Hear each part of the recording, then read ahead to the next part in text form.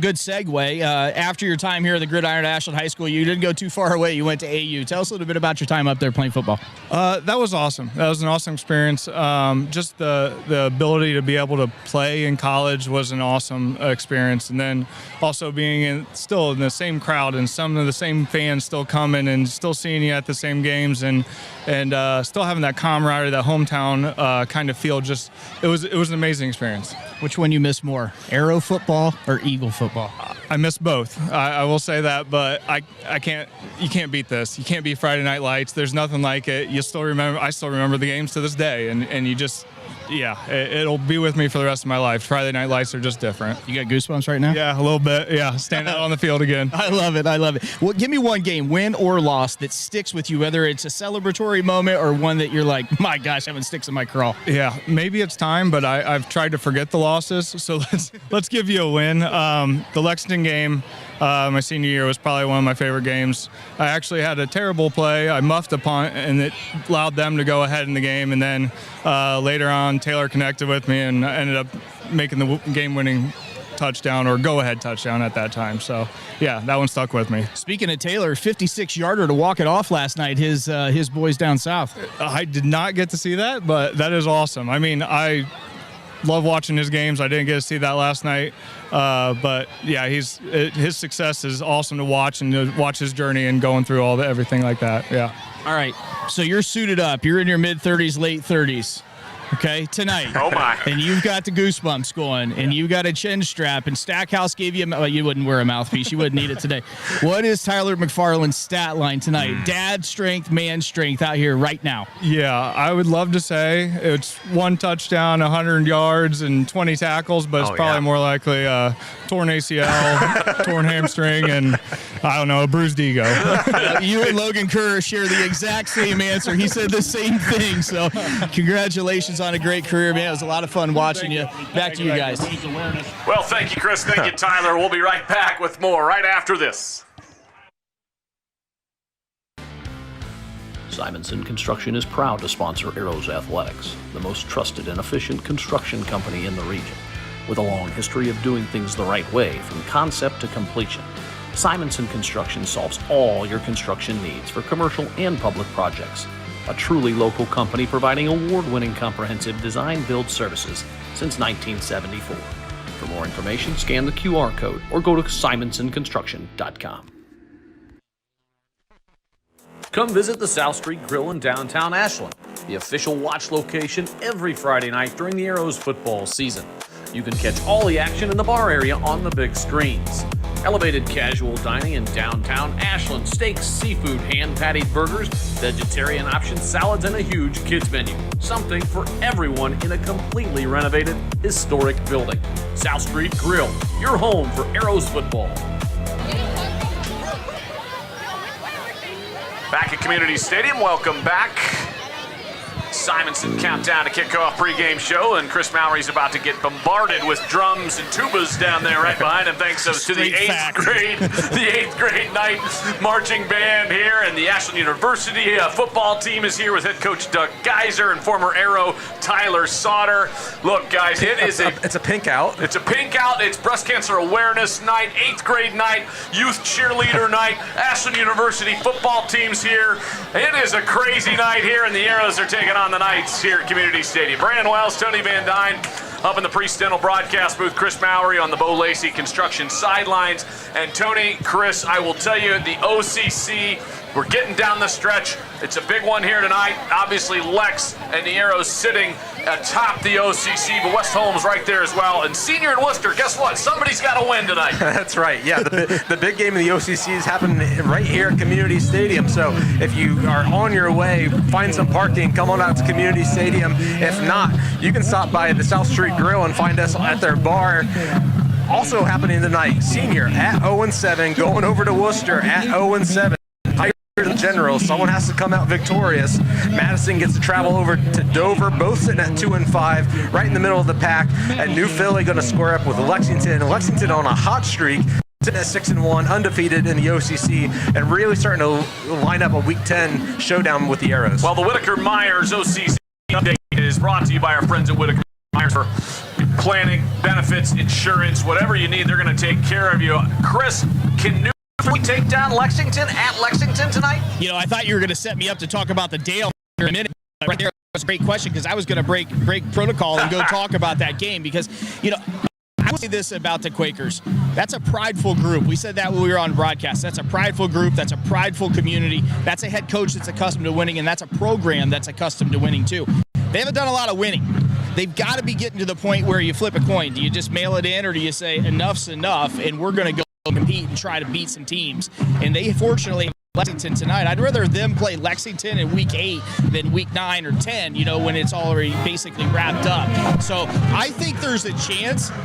However, on the other end, Lexington, man, they are just having their way in housing people. And I think Lexington, Ashland, if you look at those two teams, Lexington's saying, hey, let's just run the score up on everybody. Running clock or not, hey, we're really good. We'll hang 74 on you, or we'll beat you by 63 touchdowns. Where the Ashland Arrows are a little different. Once the game's out of hand and they've got the thing secured, we'll put our JVs in. We'll take our foot off the gas and not try to embarrass people.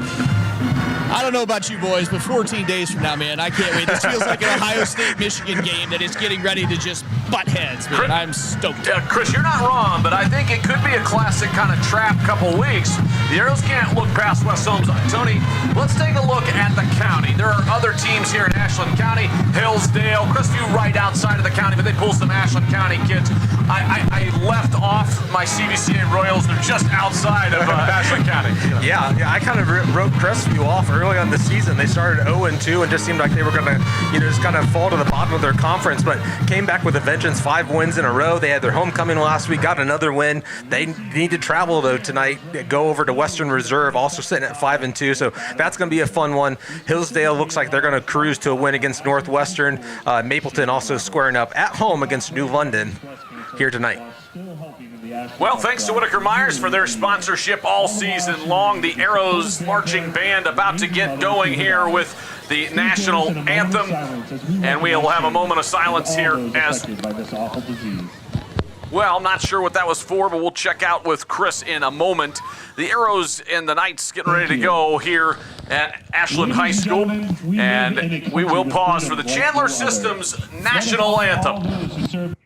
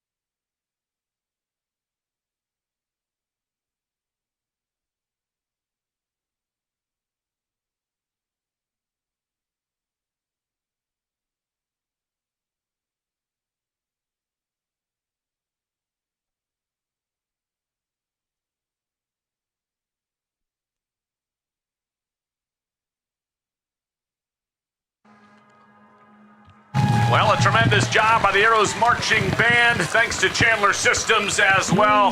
Guys, it's time to take a look at our Spring Smith player profile, and it is no one else other than offensive, defensive lineman Grayson Blau. Yeah, Grayson Blau having a great season here as a junior.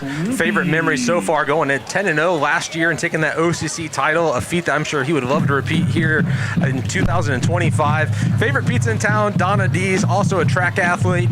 Always some Donna D's. Have to love Donna Donna D's Mrs. Krieger favorite teacher. He's cheering for the Green Bay Packers and playing some Marvel Rivals on the video game. I think it's the first time we've seen Marvel Rivals. Inspiration grandfather plans to play some college athletics. Shout out to his grandmother, Barb Ridge. Took a spill a couple weeks ago, had to go into Wasson for some rehab, but glad and we are hope that she is recovering well and tuning in and watching her son play some really great offensive and defensive line. Sprang Smith Insurance Agency since 1950. All of your insurance needs. My man Nate Schultz over there, and Rob Wash. Jack Schultz now. Jack Schultz. It's a fantastic group over there taking care of you. Dustin Crudy. It's a whole gang of friends over there. Chris, I will tell you, the Arrows and the Knights tonight, it's time to take a look at our keys to the ball game. First, we'll start with the Arrows on the offensive side. What are your guys' keys for the Arrows offensively? Yeah, I'll go first. Offensively, be patient. West Holmes is going to play a do not break sort of defense. Coach Levelwell talked about it, this week to some of his media. They want to keep Ashland from breaking out into some big plays. So offensively, go ahead and run the football. Go ahead and take the short routes. Pick up 8 and 10 yards. Be patient. The deep shots are going to come, but take what they're going to have. Be patient. Defensively, I think West Holmes is going to come out and try to establish the football, running it, trying to eat time of possession. Defensively, you're going to give up some first downs. This is the best running team that we've seen this season. You can give up some first downs, but you have to persevere. Once you cross that 50, it's going to be a bend but don't break sort of defense. Persevere on offense, be determined on defense. Chris, how about you? Our keys to the game for the Arrows. Yeah, I guess I was wrong. I let a couple of them out early in the set, but I'll repeat them. For me, it's the first test since week 1. I know we talked about, hey, it's this one, and I can agree that it is, but I think Bay Village has turned out to be a pretty good football team. The one thing that I think is really important, and I talked about this last week, you better start limiting the penalties. You had 9 penalties against senior high school last week. Now, granted, that was a sloppy game. Lots of penalties weren't called, but a lot of them were. You're in week 8, man, and you are ranked right at the top in your region. You're number 9 in the state. You are a good football team, but good football teams don't have silly penalties in week 8, week 9, week 10. So I think that's one thing that the coaching staff was able to yell about this week in practice, say, hey, guys, we got to get this cleaned up. On the other side, it's a chance for West Holmes to make a statement, right? Like, they have not had that signature win, and this is that David and Goliath game that I talk about every week, and this is the Goliath here in front of these West Holmes Knights. They've got a chance to do something pretty special for their season. And then I mentioned earlier, West Holmes had better have 0 turnovers if they want to be in the game here in the fourth quarter. Well, I will tell you my key to the game, guys, is for the Arrows to get off to a good start, because we have not started real well all season long for the most part. And if you give a team like the Knights a shot early on and they think they can hang with you, you're going to give them some confidence. And a team coming off a 41-7 thumping by Lexington can come in, and they need to get a good start. I talked with a couple of their coaches, and they said, we just need to get off to a good start. We went into Lex and played a little scared, and then we got it together. But, Lex is a good team with some good athletes. That is our keys to the game, brought to you by Sid Suds. Soft power washing with superheated water. Sid Suds, all your power washing needs covered. And I will tell you, Chris, it is loud down there. What is the weather? Courtesy of our friends at Truly Inspired Paper. All your paper needs, wedding invitations, business cards, everything in between. Truly Inspired Paper Company in Ashland and in Loudonville. 65 degrees, little cloudy, doesn't matter. It's going to get dark here in about 37 seconds, so it's going to be chilly. 65 degrees. You got to love it in Ohio when the weather swings 31 degrees, and that's what we're in for today from the high to the low. 67 for a high and a cool 36. Usually my score at AGC per 9 holes. Oh, right. 36 degrees. Right. Well, thank you, guys. We will be back with kickoff and starting lineups right after this final break on the Simonson Countdown to Kickoff.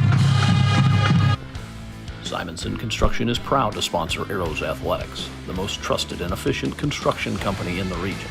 With a long history of doing things the right way from concept to completion, Simonson Construction solves all your construction needs for commercial and public projects. A truly local company providing award-winning comprehensive design-build services since 1974. For more information, scan the QR code or go to simonsonconstruction.com. Come visit the South Street Grill in downtown Ashland, the official watch location every Friday night during the Arrows football season. You can catch all the action in the bar area on the big screens. Elevated casual dining in downtown Ashland. Steaks, seafood, hand-patted burgers, vegetarian options, salads, and a huge kids menu. Something for everyone in a completely renovated, historic building. South Street Grill, your home for Arrows football.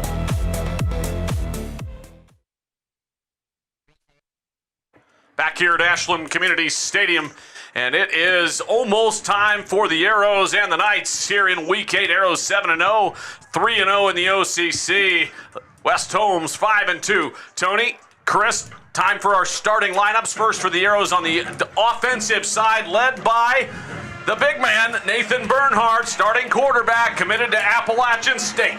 Yeah, he's going to get the opportunity to start with the football here tonight as Ashland's going to be receiving the football. First player in Ashland High School history to clear 9,000 total yards of offense. He did that last week just by playing one half against the Mansfield Tigers, going for 2 touchdowns and 1 on the ground.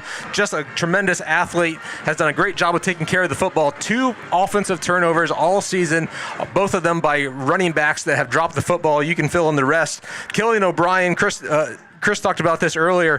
4 out of the last 7 games, he has both scored a receiving touchdown and caught an interception, playing extremely well. We saw Dakota Crudy kind of wake up and emerge last week at Mansfield Senior, had a nice game. Gabe Baith is always a difference maker. Braden Donatini, a couple catches in the last couple of games, also going for touchdowns. And Grayson Baith, as a running back, doing a nice job running the ball. All right, Coach, big one here tonight. Obviously, this is for first place in the OCC. What's the message of this group here today? Well, I just said we just got to play our game. No mental mistakes and limit them, and then go out and play physical football. Maybe the biggest crowd we have here tonight at Pink Out. We got little cheerleaders, we got the band, we've got everything going. This has got to be super exciting for you and your group. Well, I told them that's why you play the game. You play in these types of games. So. Good luck. Let's go get us another one. All right, thanks. Well, thanks to Coach Valentine for joining us, courtesy of Bo Lacey Construction down there on the sidelines. And the starting lineups, guys, brought to you by Sid Sud. Soft power washing with superheated water. All your power washing needs covered. Let's take a look at the Arrows defense, guys. Defensive coordinator Ryan Stackhouse, his squad has done a tremendous job of causing turnovers this year, led by Gunnar Lacey. Yeah, Gunnar Lacey starting in the middle, but it's been 8 different Arrows that have come away with interceptions, a total of 15 interceptions on the season. 2 by Ferguson. Tanner Wolf has got 1. Gabe Baith has got 1. You can go down the list. Jeff Hickey's got a pair. Boland's got a pair. Killian O'Brien's got 5. All those guys doing a great job in the backfield, and it's all because the guys up front, Briggs, Blau, Buda, Liam's going to be out tonight. Tanner Wolf and Trent Summers, who's going to step in, has gotten pressure on the quarterbacks, forced them balls up early, and the ball hawking guys in the back. Again, coming down with 15 interceptions through the first 7, doing pretty well. Down to Chris with our Ficus Furniture injury report. Speaking of Liam Hubacher. Yeah, Liam Hubacher still unavailable here tonight for these Arrows. We are expecting him back. Hopefully week 9, maybe week 10. We'll see. But, certainly a big cog. Tony highlighted, a couple guys that are going to play. Trenton Summers going to get a lot of time here tonight. He played really well against Senior High. Tony, you were just talking about the defense. I want to talk a little bit about that too.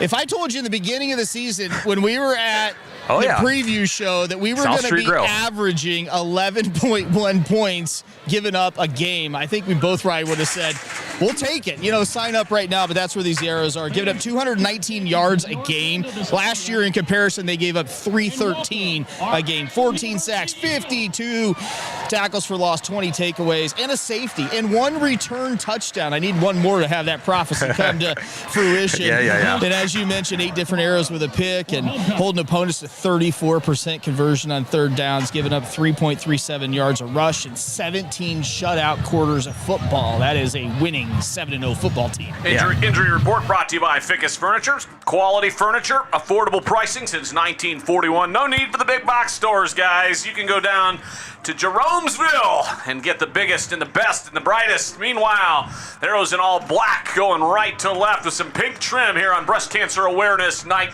at Community Stadium. It'll be Baith and Hickey back deep going right to left. The Knights going left to right, kicking it off in the white tops, white helmets, and blue jerseys. Baith and Hickey standing just short of the 12-yard line. Getting ready to kick it off is Garrett Oberst. And he has a squib kick up front, and the Arrows, it's off an arrow leg, and they're going to call it dead, and there was a flag offsides on the Knights, and they'll re-kick it. Boy, I had a flashback to Norway there for a hot second, guys. Oh, come on, man. I'll just have to take my visor off and make sure I don't see it correctly here today. Oberst will kick it away. Left to right one more time. They move him back 5 yards to the 35. Yeah, it gives the return team for the Arrows also an opportunity to kind of readjust to say, hey, you can probably expect a squib kick coming. So Hickey and Baith kind of scooting up a bit more, hopefully trying to get some of our speedsters the football. This time he's going to kind of angle it to the side. And another penalty flag going to be one more time. West Holmes, another 5 yards going to be assessed all on the kickoff. You know, these guys have to run all the way down to cover the football. I know they're not getting very far, but this will be the third time now that the Knights are going to have to cover a kickoff, now kicking off from their own 30. Can't say I've seen this before, guys. Every week we do a game, you see something new. Chris, you ever seen back-to-back offsides to start a game? Yeah, well, not offsides, but I was at Michigan Stadium one time when Hart guy was in the sideline. He called a fake punt twice. His knucklehead got 2 penalties on a fake punt back-to-back. I loved it. That's the maize and blue for you. Oberst will try for the third time, and we'll see if it's a charm. The Knights and the Arrows trying to get underway, and this time I see a clean field, and he kicks it down inside the 20, and Bates going to grab it at the 15, 20. And he is spun around, ball's loose, and the Knights are saying they had it at the 25, waiting for an indication from the far judge. Haven't seen an indication, but waiting to see, guys. No signal means Ashland will take the football. First down, Ashland. Ashland Arrows will have the football, and they avoid what could have been a just monumental start to the game. Well, then the football was actually like trailing towards out of bounds. I think Gabe was hoping that was just going to take a quick bounce and go out of bounds and get some really positive field position, but just, not wanting to risk it anymore. Baith kind of grabs that thing and gets what he can. Lucky just to get out to the 24, but the ball did come out. Forced fumble by some Knight, but good job of the Ashland Arrows jumping on it. Going to start here on the 24-yard line. We had three Connery Manufacturing kickoffs. Your wastewater equipment leader, locally owned for more than 40 years. Quick hitter out to Gabe, caught at the 23, to the 25, 30, and he's outside for more. And I think the Arrows have their first BB&C Car Care first down, and flags come flying. It's going to be a late hit out of bounds on the Knights, so tack on 15. A quick hitter to the outside. Gabe chooses to go outside, even though the blocks were kind of set up to the inside. Steps out at the 40, then just gets shoved in the back. It's going to go on number 76 for the Knights. That's going to get assessed against Zachary Hustack, the junior, 6 foot, 200-pound defensive lineman, doing a nice job getting downfield, doing a little bit of an angle pursuit just to get Gabe out of bounds, but going to get the 15-yard penalty. How about 3 penalties already for the Knights on 25 penalty yards? BB&C Car Care first down for the Arrows, and they are rolling. Don't walk, keep your car running smoothly, locally owned. Regular oil changes, BB&C Car Care. So, Arrows just like that into Knights territory, 11 seconds in at the 48. Hand off to Grayson Baith, cuts it back inside, spins forward, and he's brought down at the 43, gain of 5. Nice job just kind of getting what's there by Grayson Baith. Lots of big hole running last week. Good for 4. We'll give him. Grayson Baith having a nice season so far. 430 yards, 7 touchdowns on the ground. Had a couple touchdowns last week. 12.5 a carry last week, Tone. Not too bad, right? Not a bad start. Second down and 4 at the 44, they'll call it. Grayson in motion into the backfield. Big Bernie, play action, looking deep down the field on the right side, looking in the seam, and incomplete, knocked away. Good job by the Knights. Intended for Gabe Baith in that seam. It'll be third down. Bernie got the look that he wanted, play action pass, and then it had 3 guys going deep, one going vertical, one kind of splitting that post, and someone in the middle. Gabe unable to bring it down. Nice defense there by Cody Gallion and Rhett Chaney. Going to set up a nice 3rd and 6 here for Ashland. 11 minutes just getting started here in the first quarter. Trips right, twins to the near side. Shotgun formation. Bernie looking right on a quick hitter out to Crudy. Caught. He's got the first down and gets pushed out of bounds near the 36-yard line. It's a pickup of about 8, and the Arrows have the first down. Another BB&C Car Care first down. Crudy going back to his number 21 jersey tonight, wearing the all blacks, doing a nice job. He's such a speedster that you have to kind of backpedal and, give him the allowance to say, hey, this guy can go vertical. He throws on the air brakes and comes back right at the sticks, picks up the first down and a couple more yards. Good opportunity there to move the chains and settle Ashland offense in one more time. Jet sweep to Grayson. Gets away from one defender back to the 36 and lucky to get to the line of scrimmage with some strength right there. Guys, we haven't seen a Nathan Bernhard run yet, Tony, but get your pencil out. He needs 114 rushing yards for 2,000 in his career. Potentially happens tonight. We'll see. 114. I'll make the note. You're going to have to remind me to check that number. Just no yards, actually, last week for Nathan. After a couple runs for negative yards, 4 carries. He did have the 1 touchdown. The Mansfield Tigers actually avoided a safety, but then gave up a Nathan Bernhard touchdown on the next play. Looking deep on the right side. He's got Baith. It's caught near the 10. Was he inbounds? He was. First and goal. Arrows inside the Ashland Eye Care red zone. They'll mark it at the 5. It's a gain of 31 yards. That's just trusting senior to senior, having thrown that route multiple times. Defense on a cover, too, so Nathan knows, hey, I can throw that thing way out there, and either my guy's going to go get it or no one's going to go get it. Third target here for the senior, Gabe Baith. 2 catches, good for 41 yards, and we're in the Ashland Eye Care red zone early in the first quarter. Bernie in the shotgun. He's going to keep it. Bernie in the shotgun up the middle. Is he in? He's in. 5 yards out. Nathan Bernhard puts the Arrows on the scoreboard first with the comfort control touchdown. First rush tonight for Nathan Bernhard. This one good for 5 yards and another touchdown. That moves him to 24 touchdowns on the season, creeping on 400 rushing yards on the season, and gets him a little bit closer, Chris, to that 2,000 mark. 109 to go. That was some quick math, gentlemen. Well done. I was told there'd be no math. The extra point up and good. 7-0. Carson O'Brien tacks on the Connery Manufacturing extra point. Back after this. Ashland isn't just where we work. It's our home. From glorious country to Main Street parades, we're proud to be part of what makes this town special. At Bill Harris Dealerships, being a key member of the community is one of our core values. But it's more than that. It's a responsibility. Because without Ashland, without you, we wouldn't be here. So stay golden, Ashland. Bill Harris Dealerships, the name you know and trust. Come visit the South Street Grill in downtown Ashland, the official watch location every Friday night during the Arrows football season. You can catch all the action in the bar area on the big screens. Elevated casual dining in downtown Ashland, steaks, seafood, hand-patted burgers, vegetarian options, salads, and a huge kids menu. Something for everyone in a completely renovated, historic building. South Street Grill, your home for Arrows football. 7-0 Arrows after the Norma Foundation scoring drive, rewarding big ideas off the field and big plays on it. 4 passes, 3 runs, 76 yards, and a 5-yard touchdown run by Nathan Bernhard.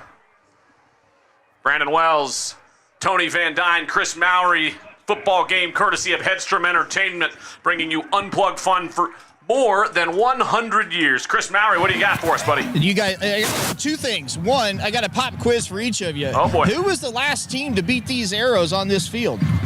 Oh, goodness. It would be a 17-game home winning streak Holy had name. the Arrows not dropped this contest. Holy name? West Holmes Knights. West Holmes Knights. After this play, I'll give you the rankings. Single to the left, Twins to the near side. Knights with their first offensive possession, playing from behind right away. And the Arrows did exactly what I was hoping to, getting off to a good start. It's a handoff up the left side, not much there. And maybe a yard to the 21 on the give to Brody Bowman. Brody Bowman, kind of the workhorse here tonight for the West Holm Knights. 124 carries coming into tonight's game, 800 yards on the ground and 7 touchdowns. They really like to establish the run, some trap blocks, some wham blocks. This is kind of an old school sort of football that Coach Keaton Lepoval likes to build. Kind of getting defenses to come down, stopping the run, and then all of a sudden opening up to the passing game.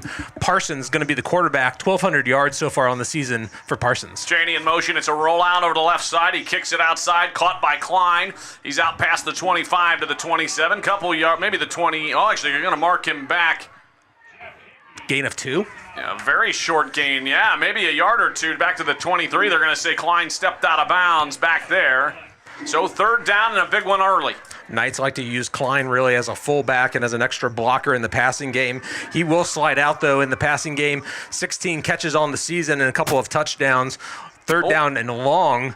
And Flag. Going to be a quick flag. Brandon Briggs jumped off sides when the Knights looked over to the sideline for a play call change, and that's going to give them the 1st down. It won't be a 1st down yet. My apologies. You're right. It'll be 3rd down and 2. 9:27 to go here in the 1st quarter, and a flag on the play-by-play announcer. First penalty here tonight for Ashland. 3 penalties on West Holmes starting off this game. But yeah, 3rd and short here really opens up the playbook here for Coach Lepela. Lepela in his 2nd season at the helm, 12-8 overall. Single to the left, Twins to the near side. Hard count again, try to get the Arrows to jump. They don't do it.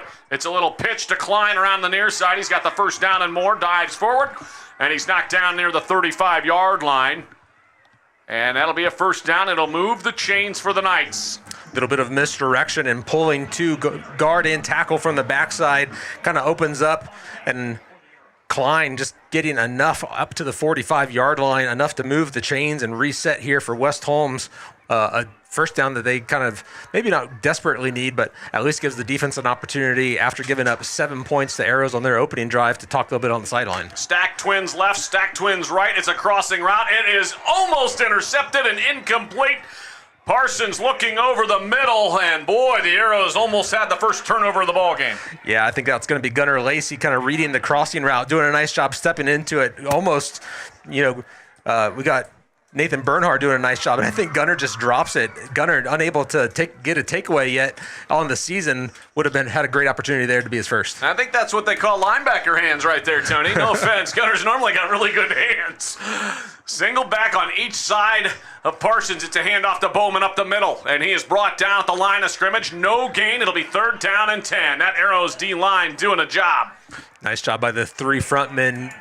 Player of the day on the player profile, Grayson Blau doing a nice job in that center position, and it's going to be Brandon Briggs after getting a penalty on the 1st set of downs, doing a nice job stopping Bowman for a gain of nothing. Now setting up 3rd and long, making Parsons be a passing quarterback more than likely, and an opportunity for these secondary guys. Again, 8 different guys have gotten interceptions, 15 takeaways through the air on the season, and they're going to have an opportunity here. 3rd down and 10 at the 35 on their own side. Parsons back to pass, looking left. He's got time now. Blau pressuring him out of the pocket. He's going to launch it downfield as he got drilled. Lacey layered him out of bounds, and he throws it away. 4th down and 10. They're going to have to punt it away. Well, the big land improvement and property maintenance hit of the game. Watch number 24 right here. Perfect timing. Nice hit on the quarterback, Parsons. Trying to set his feet. Looks like they're going to bring in the punting unit, but number 24, after missing an interception, putting the hammer down, making him feel it. What Dion say, boys? Business decisions, and that was not one from the quarterback. He got smoked. 4th down and 10. Parsons will be back there in punt formation. Deep. The Arrows will send Gabe Baith back to his own 34. Parsons gets it away quick. It's a low end-end over-end punt. One hop. Baith grabs it at the 28 to the 30, 35. Cuts it outside. He's got some room. All kinds of green. Into Knights territory. One man to beat. He's gone. 65 yards. Touchdown, Arrows. A low kick by the Knights gives Gabe Baith the opportunity to take it off the one bounce. A caravan of people, Killian O'Brien out there leading the way, trying to find someone to block, but no one out there. Flag, boys. Going to give Gabe Baith a pat on the back all the way into the end zone as Chris breaks the news that there is a flag on the field, sitting back at the 37-yard line, about the spot where the last man to beat was getting blocked, and they're going to say it's a block in the back against the Arrows. 10-yard penalty, going to negate the second return touchdown for Gabe Baith on the season. I blame Chris Mowry for that one. The prophecy was fulfilled. Oh, I think that's still there. That's still there, yeah. Oh, shucks. Well, we couldn't see it on the far side amidst the bodies. And unfortunately, the Arrows still a good return and good field position, but only 7-0. So the Arrows will take over at the 45 7. 5? Nope. I'm waiting to see where they mark it. 47? Something really important. 47. Anybody that knows me knows I love popcorn going to these games. Okay, yeah. And good. now that I'm kind of doing this deal, I don't get any popcorn. BW sticks me up in the nest. You're and asking we for get no delivery? popcorn. No. Luke McFrederick, a fellow popcorn connoisseur, Yep. has given us a final OCC ranking. Madison 1, Lexington, West Holmes, Dover, Ashland, Worcester, New Philly, and Senior because they have no concession stand, and Ashland the most volume by a mile. Bernie on a keeper up the middle picks up 7. That'll put the Arrows at the 40-yard line on the QB keeper. The Arrows need to do some work on their popcorn game. Is that volume? What Yes. were we measuring? Yes. So the amount you No. get per dollar? Volume One- and flavor? 1 through 8 is tastiness. Goodness. Number 8, the final one, Mansfield Senior, no concession stand, so they're an automatic L. And then Ashland wins the volume, or cubic volume, Tony. Cube is divided by 1728. I know. Okay, Yeah, good. thanks. You got it. Twins right, trips left. Arrows 2nd and 3 at the Knights 40. Handoff, jet sweep, Grayson. He's got some room out in front. He's inside the 40. He spins forward and falls inside the 35 for a first down. It's a pickup of 5, and the Arrows will move the chains on the BB&C Car Care first down. Nice tough run there, following Nathan Bernhardt run of 7, good for 5. As Brandon mentioned, moves the chains here for Ashland, already on the positive side of the football field after the nice return. Obviously, the touchdown negated by penalty, but still setting up here on the 35-yard line. Back-to-back run, so it really looks like Ashland going back to kind of the non-traditional bread and butter that we've seen, which is the offensive line here. Powered tonight by Paul and Seal Coating, doing a great job keeping Nathan safe, going to keep your driveway safe as well. Nathan Bernhardt back to the air. Looking downfield, he's got Crudy wide open. Touchdown, Arrows. It's a clean field, 35 yards, 13-0. Wow, let's take a look at the Sarver paving replay. Crossing routes to the outside and 2 deep routes. Crudy just going straight down that seam and a cover 3. 3 guys back there for the Knights. Everyone's kind of looking at each other like, how did we lose number 21? Second catch tonight for Dakota Crudy. This one good for 35 yards and a touchdown. Brings his total for the night to 43. And Nathan Bernhardt, 4 of 5 on the night, 84 yards. And his first touchdown strike puts the Arrows up 13-0. Extra point up and good on the comfort control touchdown, 35 yards to Crudy. Arrows up 14-0, boys. This is the start that we wanted. This was my key to the ball game, and we know the Knights needed to come in with a good start after a 41-7 loss last week. Yeah, Ashland offense kind of cruising right now. Just one drive for the West Holmes Knights, so haven't really had an opportunity to see the Ashland defense a whole lot. Your Norma Foundation scoring drive here on this second drive that found pay dirt. 2 rushes, 1 pass, good for 47-yard drive on a 35-yard strike from senior Nathan Bernhardt to senior Dakota Crudy, putting Ashland up 14-0 with the Carson O'Brien extra point. Down to Chris. Yeah, thanks, guys. Down here, the cheerleader of the week, freshman Julia Hoffman, brought to us by Bo Lacey Construction. Are you nervous? A little bit. Why? I don't know. You shouldn't be. I'm really excited, though. Yeah, it's cool. Pink out, really? Cool. Yeah, I'm super excited. I love pink. Yeah, absolutely. Is your favorite color? Yes. What 8 wins tonight? We're gonna make it. I'm already calling it 14-0. What do you think the rest of the season? I really hope to make it 10-0 like last year. I think we could go pretty far in playoffs, and I'm really excited to keep cheering. So making varsity as a freshman has got to be something you were pretty proud of. Yes, very. I'm super excited. It's so much fun to cheer on Friday Night Lights. Yeah, absolutely. What's your favorite cheer? I would say let's go Arrows. All right, cool. Who's the loudest one in your group over there? Definitely Kendi Hendershot. She's loud. Oh, yeah. And then how many little girls do you have over there? You got all kinds of ages. Way too many to count, but they're very crazy, but it's so much fun having them to cheer with us. Yeah, absolutely. What's your favorite thing about Friday Night Lights? Honestly, just like the experience of everyone like cheering and just hearing like the crowd go crazy for like touchdowns and everything. It's just so much fun to experience that, especially in high school. So you're totally all in. You brought your pom-poms and everything. Oh, yeah. Yeah, I think you want to do a little cheer for the camera? I'll say that for the sideline. You're so smart. I only talked one person into this. Done. All right, you're young. You're a freshman, but you've been around Ashland for some time. Who's the biggest rival in the OCC? I would have to say Lexington. Yeah, undefeated, right? Yeah, for sure. All right, sounds good. Good job. Back to you guys. Bowman with a big carry up the middle to the 31. Those sideline interviews, thank you so much. Really appreciate that. All of our student interviews down there with Chris Mowry, brought to you courtesy of Bo Lacey Construction and our friends at Spring Smith Insurance Agency as well. Jordan Ferguson on the stop after an 11-yard run by Brody Bowman. Ferguson kind of taking the worst of that one, but a touchdown-saving tackle there by number 1, Ferguson, who's got a couple of interceptions on the season, doing a nice job here. Going to step up there on run support, but Gunnar Lacey going to swing down the night as Brandon burns himself on some hot tea, I believe. Going to be 2nd down and 10 after a gain of 0. Oh, my gosh. You all right? Didn't realize how hot my tea was. Burned my tongue and my lips and the inside of my mouth like a complete buffoon. Oh, goodness. Well, there's no talent scouts watching this one tonight looking for a play-by-play guy, I hope. Trips left single to the near side. Oh, my goodness.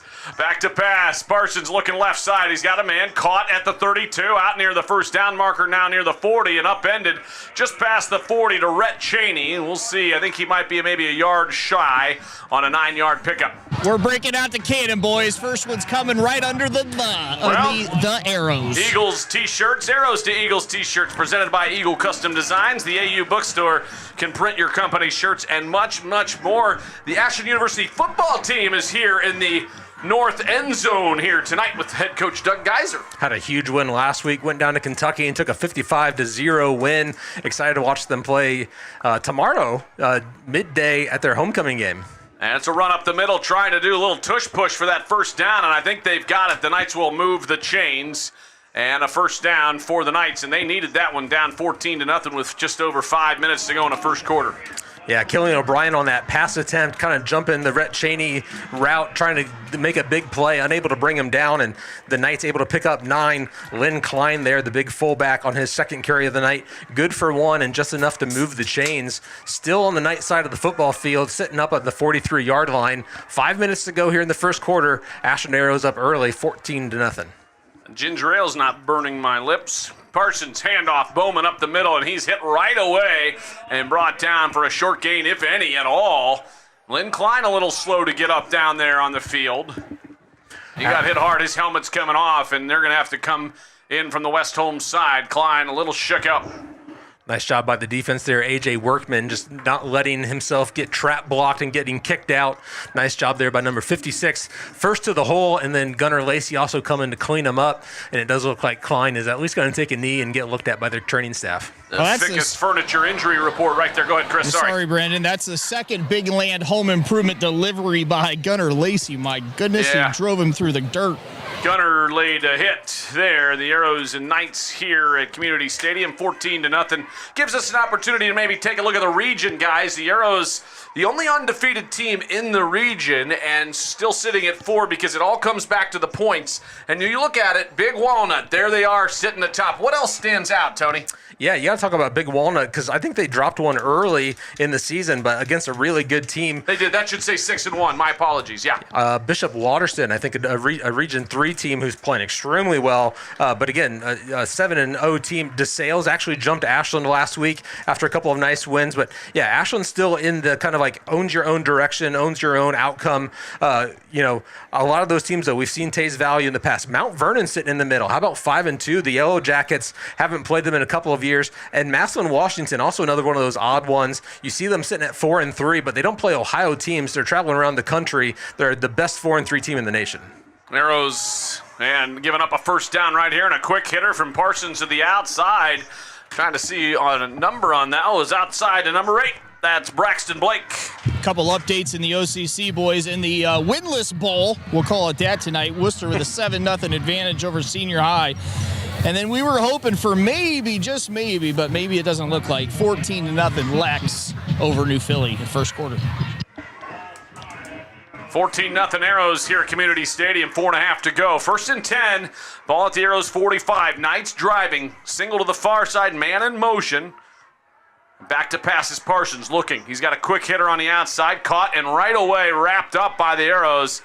Nice job by the Arrows defensive backs. Nothing doing out there. Grayson Baith and Lacey on a tackle. Knights kind of like have that offensive passing game that if the first look isn't open, it's just kind of check it down quick, get that thing out there. Don't want to give up any big plays, any big sacks.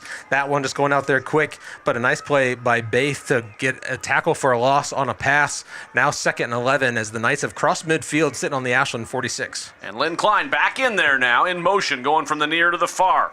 Parsons in the shotgun. Handoff, Bowman up the middle. He's got all kinds of room. 40, 35. Ferguson pulls him down inside the 30, but they'll mark him down at the 28, and that's a 16-yard, maybe get almost 17 there for Bowman up the middle to the 28, 16-yard pickup. Bringing a little bit of extra pressure is the defense. Bodie Smith kind of looping on the outside linebacker into the C gap, and the C parts here for Bowman, his best run of the night. This one good for 17 yards. Now inside the 30, Knights have something cooking here as we are 3.5 to go here in the first quarter. First down and 10. Parsons, quick hitter outside, and he short arms it and fires it into the ground, and he can't complete it on the outside, looking for Coy Beachy, the freshman. Yeah, Coy Beachy, just a speedster, going to go for a drop there. I think that just went through his hands, but number 11 going to be the guy who they're going to try to get him open deep and let him run with that football. Coach Lepel really loves to get it out to Coy, having a nice season so far as a freshman. 11 catches, 4 touchdowns, leading the receiving corps on touchdown receptions so far this season for the Knights. Tony Gunny got a decal. Sorry, Brandon. Here in the wide side slot, the receiver just jumps up and down usually. Back to pass, looking. It's a handoff, actually a delayed handoff to Bowman, and he gets back to the line of scrimmage before he's brought down on the outside. Yeah, it's almost like they're kind of showing a quick screen and they want to just draw the attention of the defense, but so far all those fakes have all been draw plays to Bowman or trap plays with offensive linemen pulling.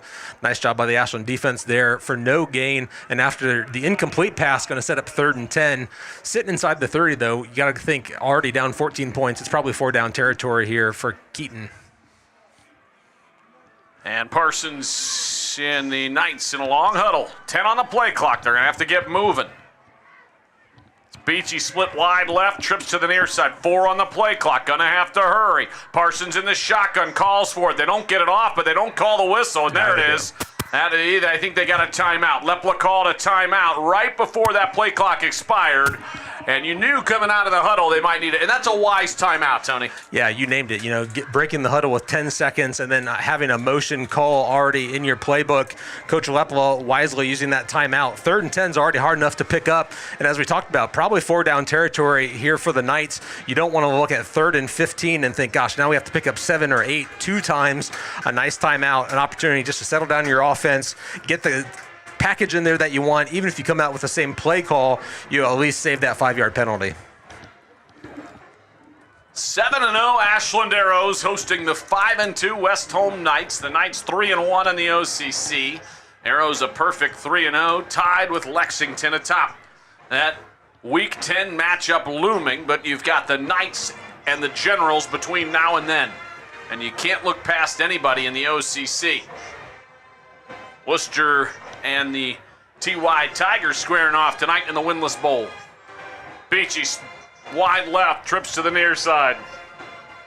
Parsons in the backfield with Bowman. Shotgun, 3rd down and 9. They need it looking. He's got time. Now he's going to tuck it and run. Oh, he's brought down right away. The ball's loose. The Arrows have it.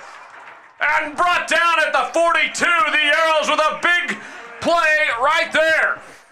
Nice job by number 24, middle linebacker Gunnar Lacey on the big hit, popping the ball loose, and right on the spot, Grayson Baith picking it up, getting 15, 16 yards before he gets ripped down by Coy Beachy. Probably saving a scoop and score is Coy. Ashland offense going to come out on their own side of the football field. 43-yard line is where Nathan Bernhard's going to take over, but a tremendous turnover here. Still in the first quarter. Courtesy of CB Ward, turning big plays into big moves. Every sack and turnover brought to you by Coldwell Banker Ward Realty. CBWard.com. Check them out. All kinds of good listings if you're looking for a 4 or 5 bedroom. Bernie back to pass, looking for Baith. He's got it. And brought down right at the line of scrimmage right there. Braxton Blake in on the tackle for the Knights. Especially if it's blue, right? And over on Prairie Avenue. 2 minutes to go in the first quarter. A completed pass, but no gain there for Gabe Baith from Nathan Bernhard. I would have loved to see Nathan and Coach Valentine dial up something deep there. using the emotional, lift from a turnover on the defense. Obviously, you're, flipping offense and defense real quick. The Knights are trying to figure things out. It's a great opportunity to take a shot deep, but just a quick screen pass out to Baith, going to set up 2nd and 10. 2nd and 10, Bernie back to pass, looking right side. He's got a man caught at the 45. Baith makes a man miss. He's into Knights territory. He spins his way forward to the first down at the 46. It's a gain of 11. I think that's going to be Braden Donatini showing a little bit of moves out there. Number 6 being shifty, going left, going right, breaking ankles. Donatini looking good tonight. First down and into Ashland territory, 46-yard line. 1:15 to go here in the first quarter. Ashland already with a 14-0 lead. And after a forced fumble by Gunnar Lacey and a return by Grayson Baith, Ashland looking like they are cruising right now in the first quarter. A little slow to get the play call in. Clock down to 6. Arrows aren't getting this one off, guys. You're going to have to call a timeout. 2, 1, Yeah, and the Arrows are calling a timeout. He's calling for it, Brandon. You got the first down. That's okay. Under a minute to go in the first quarter. A good time to use the timeout if you were going to take a delay of the game. Yeah, you had offensive linemen that weren't even in the right spot with 5 seconds to go and had to run to the football. A nice job by the offensive line kind of getting set. Nathan, ready to snap that. But Coach Valentine wisely saying, hey, we just reset the downs. We're up 14-0. We're under a minute to go here in the first quarter. Here's a great opportunity just to take a little break, use one of the 3 timeouts. That's why you have them.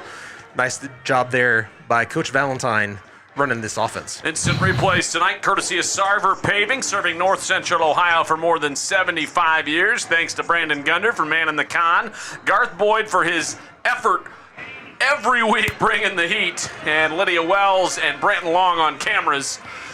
And we are bringing you the Arrows on iHeartRadio and on YouTube on the Ashland Arrows Broadcast Network.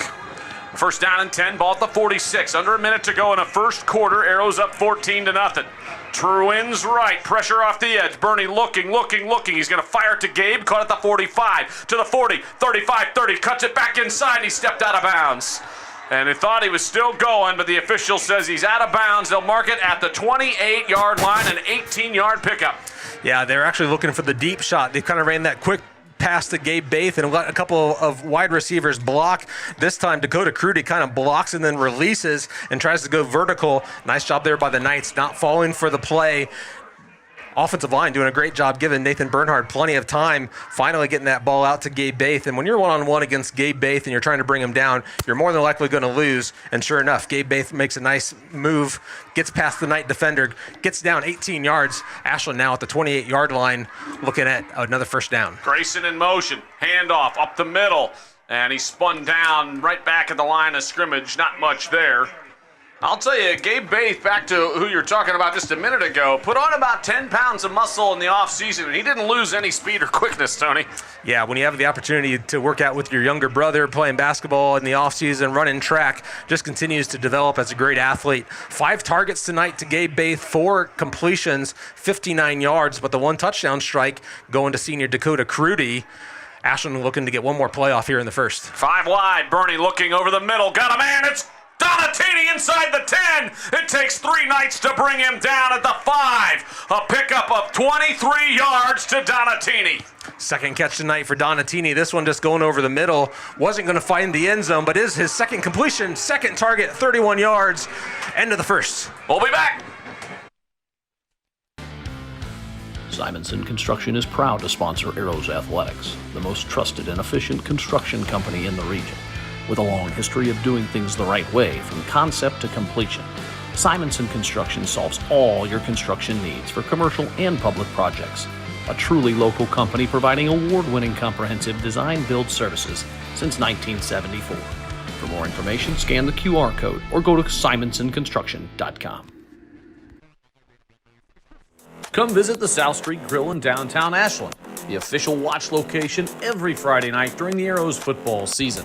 You can catch all the action in the bar area on the big screens. Elevated casual dining in downtown Ashland, steaks, seafood, hand-patted burgers, vegetarian options, salads, and a huge kids menu. Something for everyone in a completely renovated, historic building. South Street Grill, your home for Arrows football.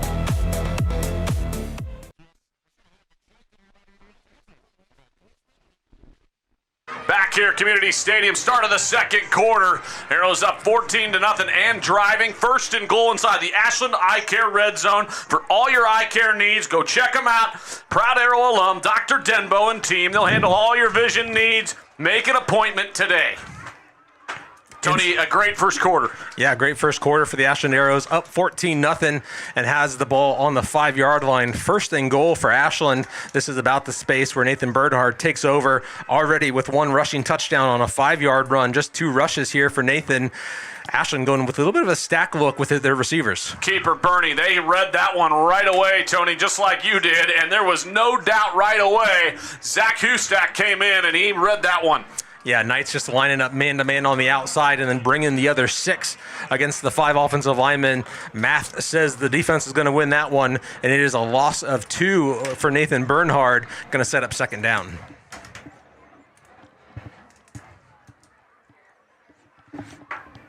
Beautiful night. The wind has died down here at Community Stadium.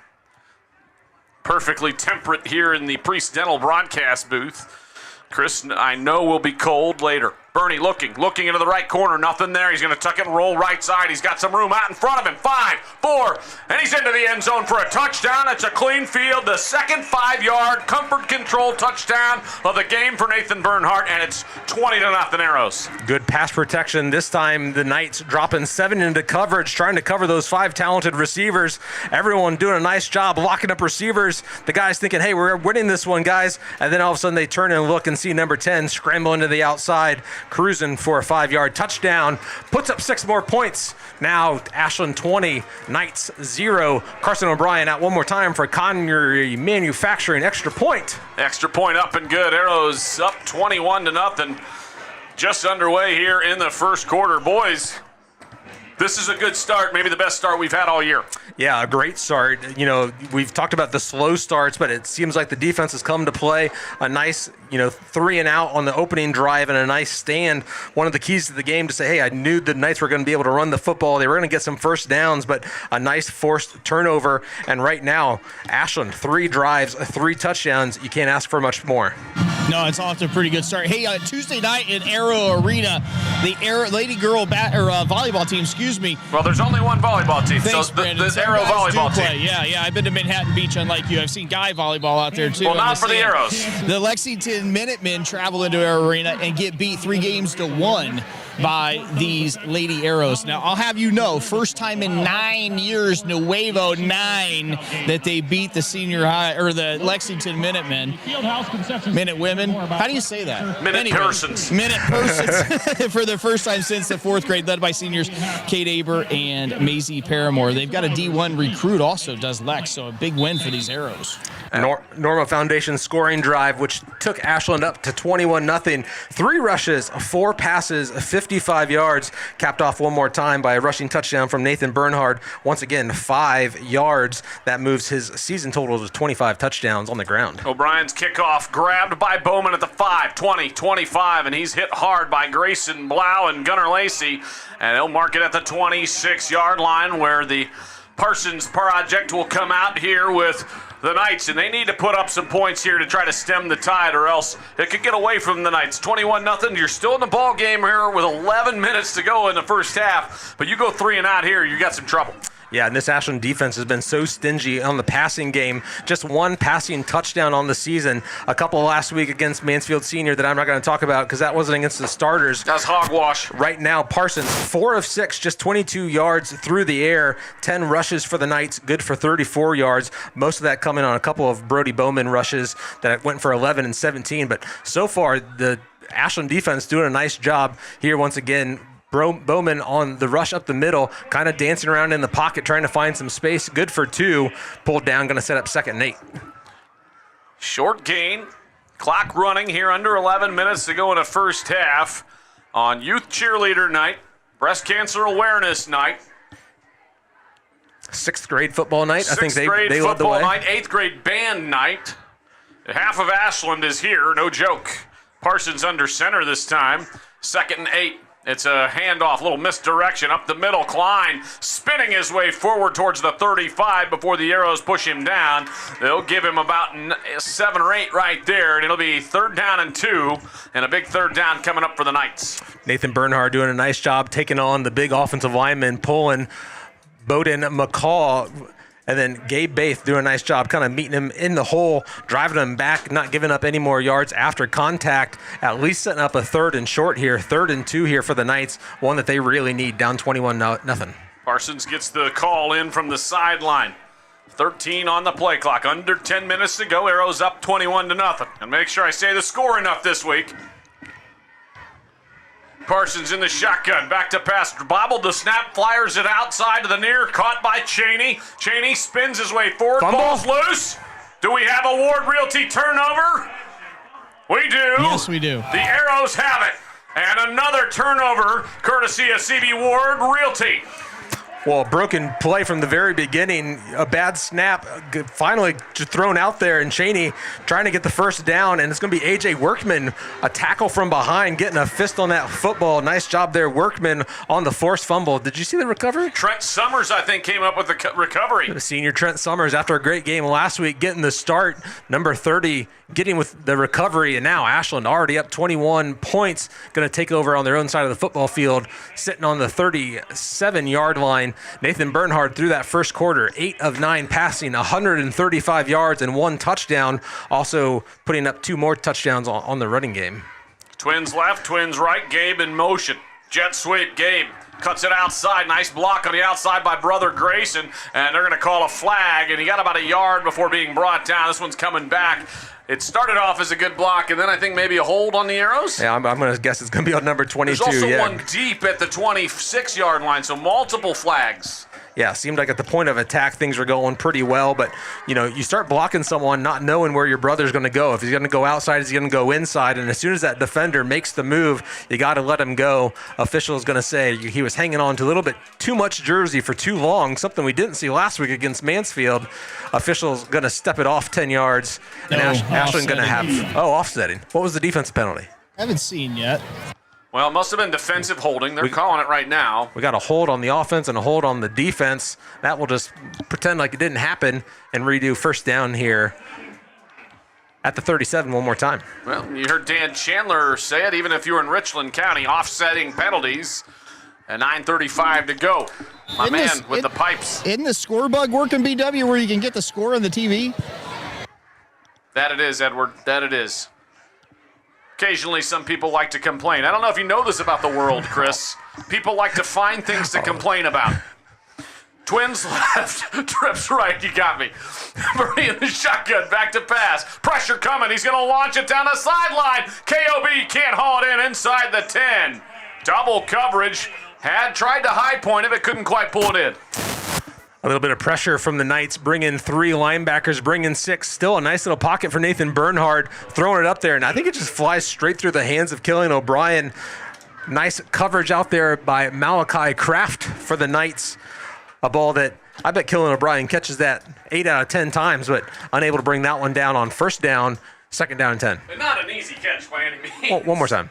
Not an easy catch by any means, and I want to give a shout out to Aunt Darby O'Brien, who has been battling breast cancer for the last couple years, and here on Breast Cancer Awareness Night, hey, we're thinking about you and pulling for you.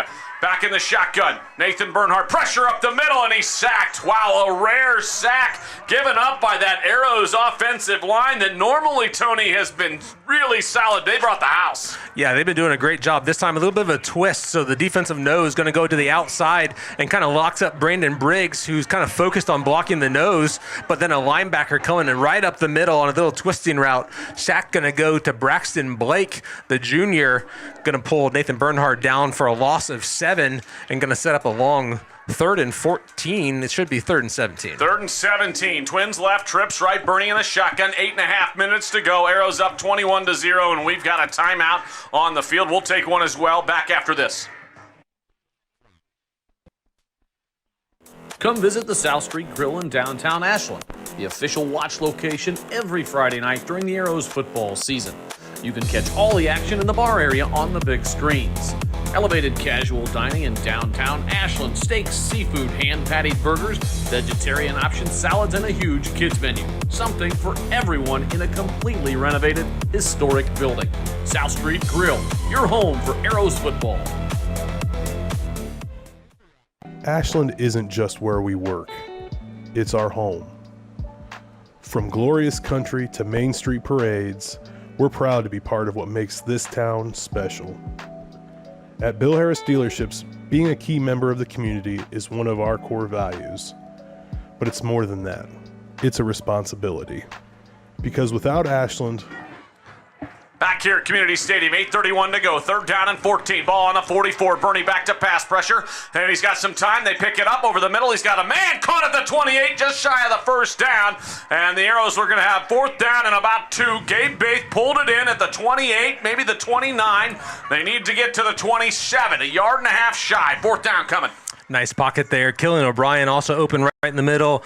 Nathan hits Baith, good for 16, maybe 15. They're going to mark it. Going to set up 4th and short, 4th and 2, and it's an all-go for Valentine. Bernie in the shotgun, trips right. You might see a keeper up the middle. Twins left. We'll see. What do they dial up here with 8 minutes to go? Grayson in motion, a hard count, which the Arrows are so good at. Big Burn, hard count. Gives it to Grayson up the middle. He's met at the line, but he gets past with an extra effort inside the 26 for a 1st down.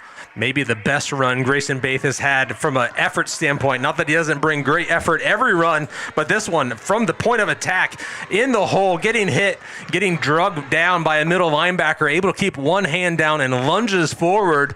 Lynn Klein meeting him in the hole, trying to bring him down, but the junior, Grayson Baith, getting 3 yards and another BB&C car care 1st down for Ashland. Ball now at the 26-yard line. Gabe with a big pickup on 3rd. Grayson with the big one on 4th.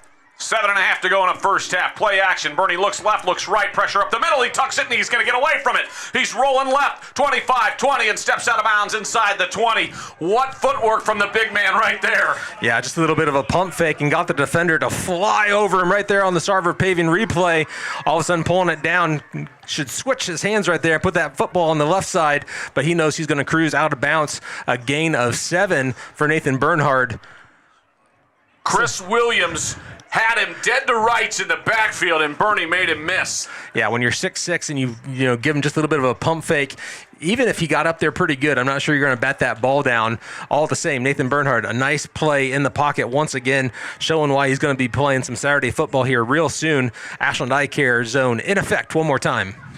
Nathan in the shotgun, back to pass, looking over the middle in the slot. He's got a man, throws it behind him just a little bit, had a man incomplete at the 7. Oh, he was looking for Donatini. He was open. I think that's just a little bit of an adjustment that Donatini made on the play. Seeing it was wide open, putting his hand up, and he just kind of drifts to the inside just a little bit.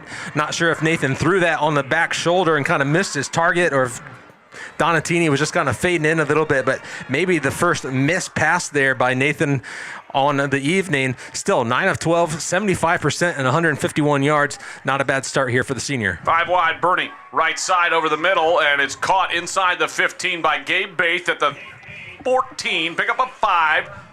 And it's enough for a 1st down, a BB&C car care 1st down. Nice job by 2 seniors there, knowing the down and distance, understanding that you don't have to get the whole thing. You had 3rd and short. Why not just pick up what you need? 7 targets tonight for Gabe. Now 6 catches, 80 yards. Number 8 playing a big role here, even though he hasn't found the end zone.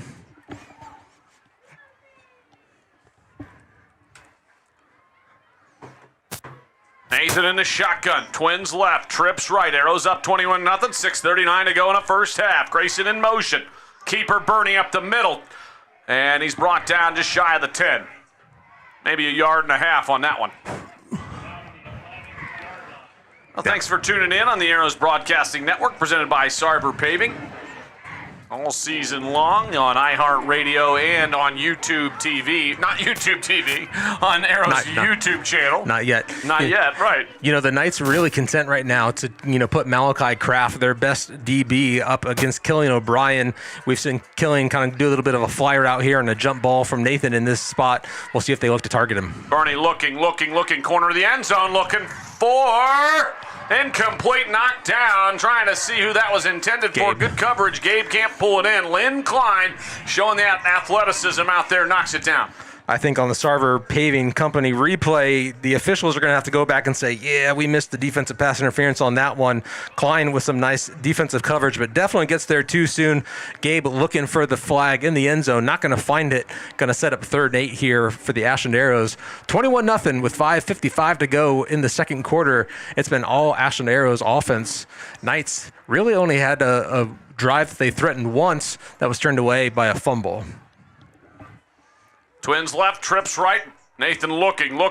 Pressure off the edges. Throws it over the middle on a quick hitter. It's caught by Crudy at the 6. A pickup of 5. It'll be 4th down and short coming up. 3rd catch for Crudy. Little slant route here. Nathan Bernhard having some pressure. Gets pulled down by Christopher Williams and Cody Gallion. 2 Knights combining for the tackle, and on 4th and 3, not going to Carson O'Brien, the sure-footed kicker, leaving it in the hands of the senior. Twins left, trips right. Man in motion, Grayson Bate. They're trying to hard count. I think we're going to, and there's a flag, and I think the Arrows jumped. I think that we're going to go for a hard count, call a timeout if they didn't get it, and kick a field goal, Tone. Because that's a little motion we've seen. Now Carson O'Brien comes in. I like it. I'm okay with that, right? Like you go for the hard count, and you push him back 5 yards here with the penalty, but that's all right. It's not like it's going to threaten Carson's distance. We've seen Carson hit from outside of 30, range well over 40. Nathan Bernhard going to check out, and Killian O'Brien going to go back as holder. 28-yard attempt. High snap, good hold by KOB. It's up, and it is dead to rights, right down the middle. Good job, Killian O'Brien and Carson O'Brien, and it's 24-0. The Norma Foundation scoring drive puts the Arrows up 24-0. Down to Chris. Well, we're debating whether the hood goes up or down, and we're down here with Reed Emmons, our Bo Lacey Construction Hey, Chris, second quarter guest. Can you get a ladder? Listen here, Mitch. Calm down up there. Wells is on fire up there, Reed. Yeah, see, that's smart. He doesn't know what to say, but he just went with it. Hey, man, 7 games, 7 wins. Looks like it's going to be number 8 tonight. What do you thought about this squad this year? Man, they're doing good. It's a lot of pressure coming off that year last year, and they've handled it well so far, and they've been fun to watch.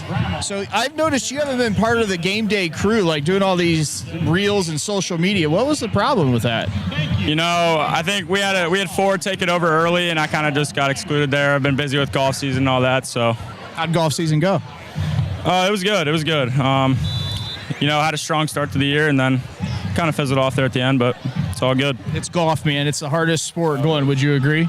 Of course. I watched you when you were a freshman up to now. It's amazing the growth you've had. Where are you going to take that growth next year? I'm going to Ashland University to study business and play golf. So, what are you going to do? Are you going to study or play golf? Which one's 1 and 2? Hopefully I can balance it out a little bit, but freshman year's a little tough, I hear, so we'll see. You'll figure it out. What's your forecast for the rest of the year here for these Arrows? I think we get it done, go 10-0 in the conference, and I think we make a big run in the playoffs. Your Grandpa Randy over there staring at you. He's going to giggle at you here in a minute. What do you got to say to Uncle or Grandpa Randy? I don't know. Randy's a special guy. I'll go say hi to him after this, though, for sure. Yeah, you want to keep him on your good Rolodex there, if that's for sure. What's your plans post-graduation? Other than AU, what are you thinking about getting into this summer and as you get ready for AU? I'm going to play a lot of golf as usual. I don't know. We'll see. I still work out at Ashland Golf Club, so we'll definitely be continuing that, working with Camden, obviously. So, yeah. We'll just see. I need you to settle something. This happened last week. Shawnee Country Club, obviously, and AC's running his pork chops. And he says that I couldn't break 95 at Shawnee right now from the tips. Oh, boy. And I bet him 2,000 credits. Where do you stand on that wager? You're a certified 18 handicap, so I think if you're putting the rock well, I think you got that all day. Did you hear that, Superintendent? 18 blows, and I'll get him next year He's at the Lobo. I can promise you that. Who's the biggest rival in the OCC? Week 10's all I got to say. All right, I love that. That's the most classic answer yet. Back to you guys. Thanks, Chris. Thanks, Reed. Appreciate that. Our sideline interviews are courtesy of Bo Lacey Construction. They can handle roofing, siding, deck, whatever you need. Remodel, window replacement. Meanwhile, the Knights on the move. First down and 10 at the 36. 4:45 to go. And a draw play up the middle. Not much there, Tony. Yeah, we just saw a little bit of a flash from Coy Beachy, the freshman, Sure did. reception for 15, and you could just see how quickly he accelerated and got down that sideline. Nice job of the defense just getting him out of bounds. Here, the defensive line doing a nice job at the snap, getting so much penetration that it looks like they're going to get a holding call, or a chop block actually going to be called against the Knights. Going to back them up 10 yards and make the Knights. I think that's 15. Back to the 20. That's 15 yards back to the 21. Thank God that you're here, Tony. Thank God. Tony has to unmute me about 6 times a game after I pick up pens. I give you cool water after you burn your tongue. You are a salve. Trips to the near side. It's a fake and now a quick hit. They've got some room. 30, 25 rather, and knocked down of bounds near the 30-yard line is Rhett Cheney on the little screen. Ferguson had an opportunity to bring him down just for a gain of 2 or 3, but bounces off him, also off of Gunnar Lacey. Finally, a couple arrows. Trent Summers and Jeff Hickey going to combine to bring him down after a gain of 8 from Rhett Cheney. After all the penalties, still just going to be second down here for West Holmes. Trent Summers in week 8 has found a role on this defense, Tony. First year ever playing. Yeah, playing extremely well, an extremely just athletic kid, really just kind of took to the sport, came out his senior year, wanted to play, wanted to be a part of a team, and Coach Stackhouse and the linebacker core, AJ Beer, excited to have number 30 in their mix. Parsons over the middle looking for Klein, knocked down. Donatini on the coverage, incomplete. 4th down and long coming up, or 3rd down and 15 rather coming up. Ashland defense just really making sure, QB spying this thing on 2nd and long. Nice job by Donatini. Timing that defensive pass up to knock it down and to set up here 3rd and long, 3rd and 14 for the Knights. Arrows defense has bent a little bit, but not broken by any means. And a timeout on the field. Coach Leplo with 3:35 says, 3:35 to go, says, this is a big play. I need to get my guys right and get the right call in. Yeah, and I would think he would have to get all 15, to be able to make this, anything other than a punt coming up. Already giving Ashland Arrows the football so many times on positive territory. Ashland 161 yards passing and 29 yards rushing, still under 200 yards of total offense, but 3 scoring drives, going 4 of 4 already in the first half. A Nathan Bernhard rushing touchdown, a Dakota Crudy receiving touchdown, another Nathan Bernhard rushing touchdown, and then the last Carson O'Brien field goal. You definitely don't want to give Ashland the football back with 3.5 to go. Stats brought to you by the law. One more. Those stats brought to you by the law offices of Andrew Bush, your hometown law office. And Tony's magnificent audio work is brought to you by Tony Van Dyne and Company, LLC. Courtesy of Park Street Brethren Church. Trips right. Single to the near side. Parsons in the shotgun with Bowman to his right. The Arrows, 3 down linemen. Big play. Looks like they're dropping 7 or 8. Parsons looking, pressure. There's a hold. They don't call it. Looking downfield on the slot. Incomplete. Had a man, but overshot him. Nothing there. Malachi Kraft. Yeah, looking for Matt Kraft. First time going kind of deep over the middle.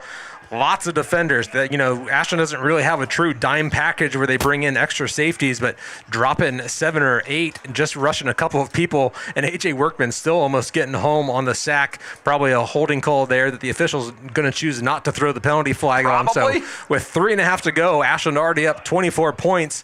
Going to bring in the punting unit one more time and let Gabe have an opportunity to return it again. Wobbly punt. Pick it up, Bouncing boy. inside the 30 and goes out of bounds inside the 20, and Gabe let it bounce, and that cost the Arrows about 15 yards. Yeah, and he's just kind of backpedaling with it. Another low punt here for West Holmes.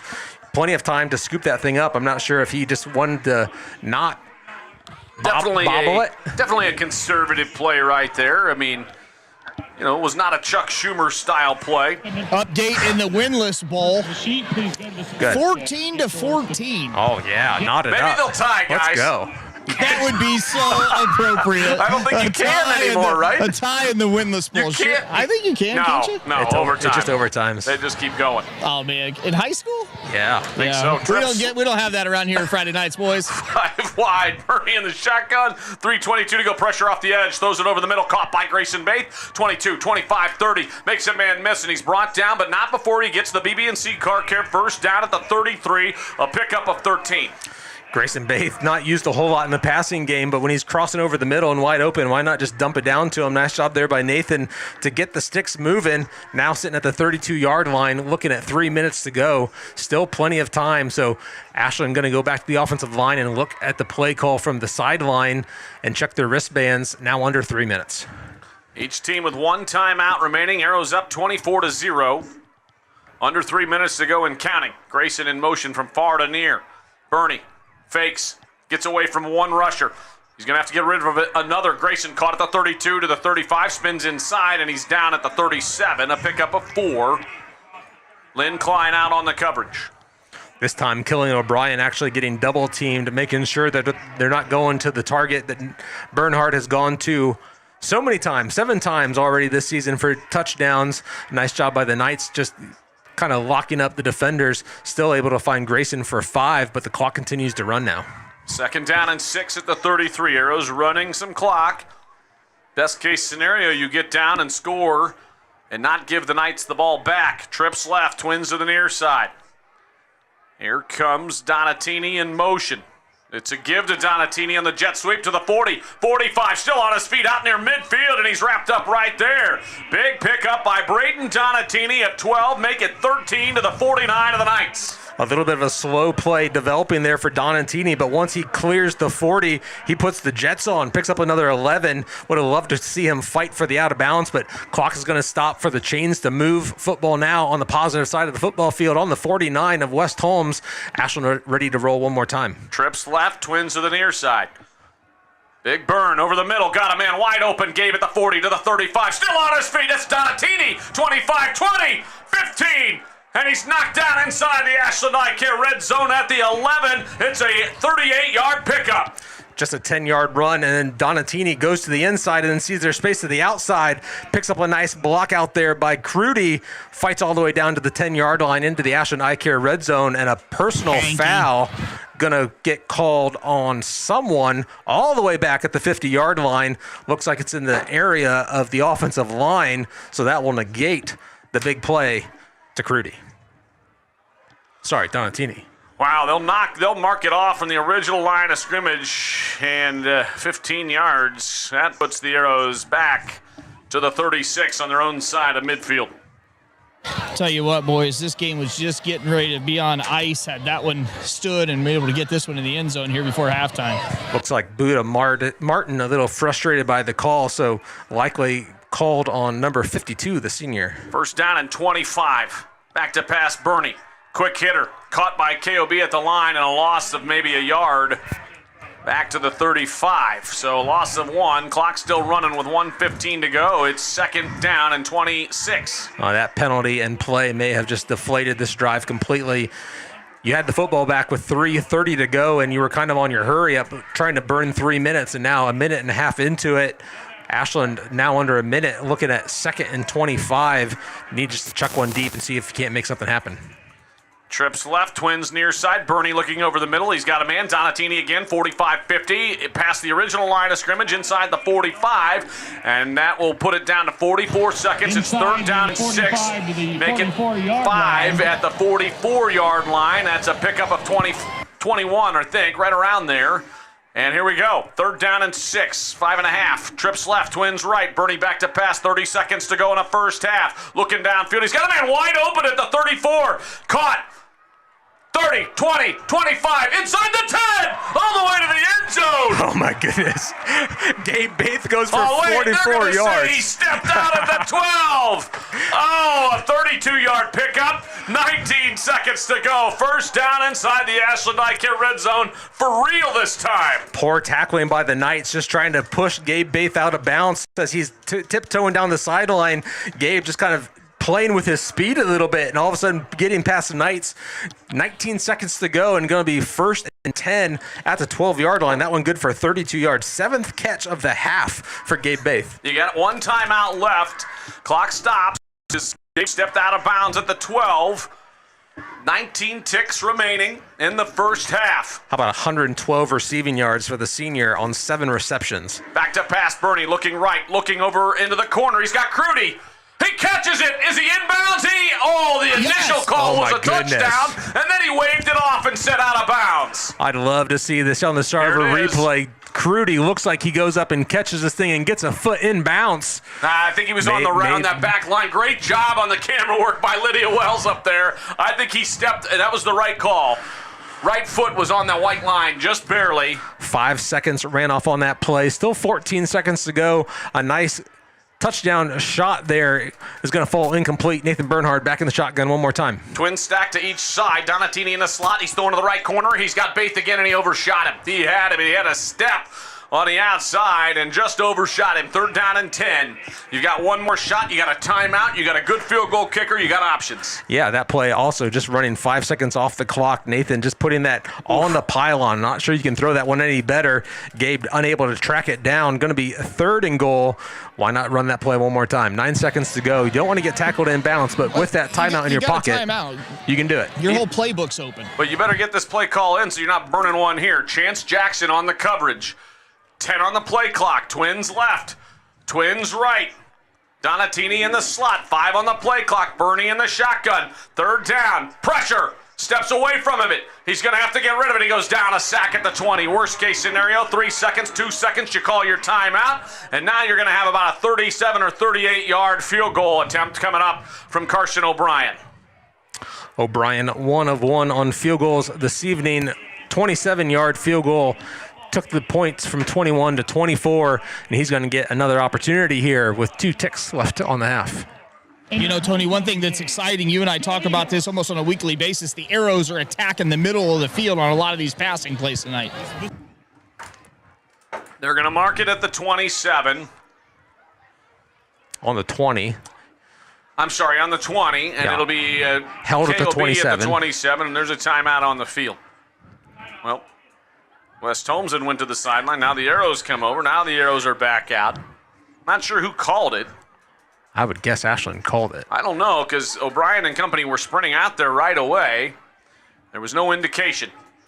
No wind. Completely dead. 37-yard attempt coming.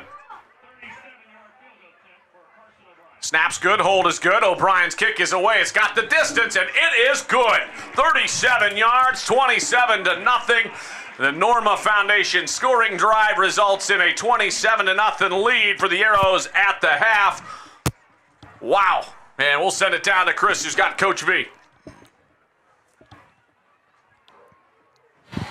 Well, that was a heck of a first half. You got 27 points on the board, nothing for the Knights. I mean, honestly, we expected more from the Knights, I think, but maybe it's just credit to your guys who are playing really, really well tonight. Well, yeah, I think on both sides of the ball, we're playing pretty well. Got to shore up a few things on both sides, but I think, good first half, but we got 2 quarters to play. Seems like something Bernie's doing tonight that he doesn't do every week, but he's attacking the middle of the field with those open receivers right over the middle. Well, and that's what they're giving us right now. They're double teaming Killian on the outside, and so we're able to hit the middle. Sounds good. We'll see you second half. All right. 27-0 at the half. Tony, your quick thoughts. Defense playing extremely well, held the Knights to under 100 yards of offense, of firepower, and no points. Coach Stackhouse has to be pleased. Where on the other side, every drive that the Arrows had, 5 drives resulted in 3 touchdowns and 2 field goals. You're kind of playing a perfect game right now. 2 more quarters to go. Halftime here. Stay tuned for the Bill Harris halftime show with the Knights Marching Band and then the Arrows Marching Band. Back after this.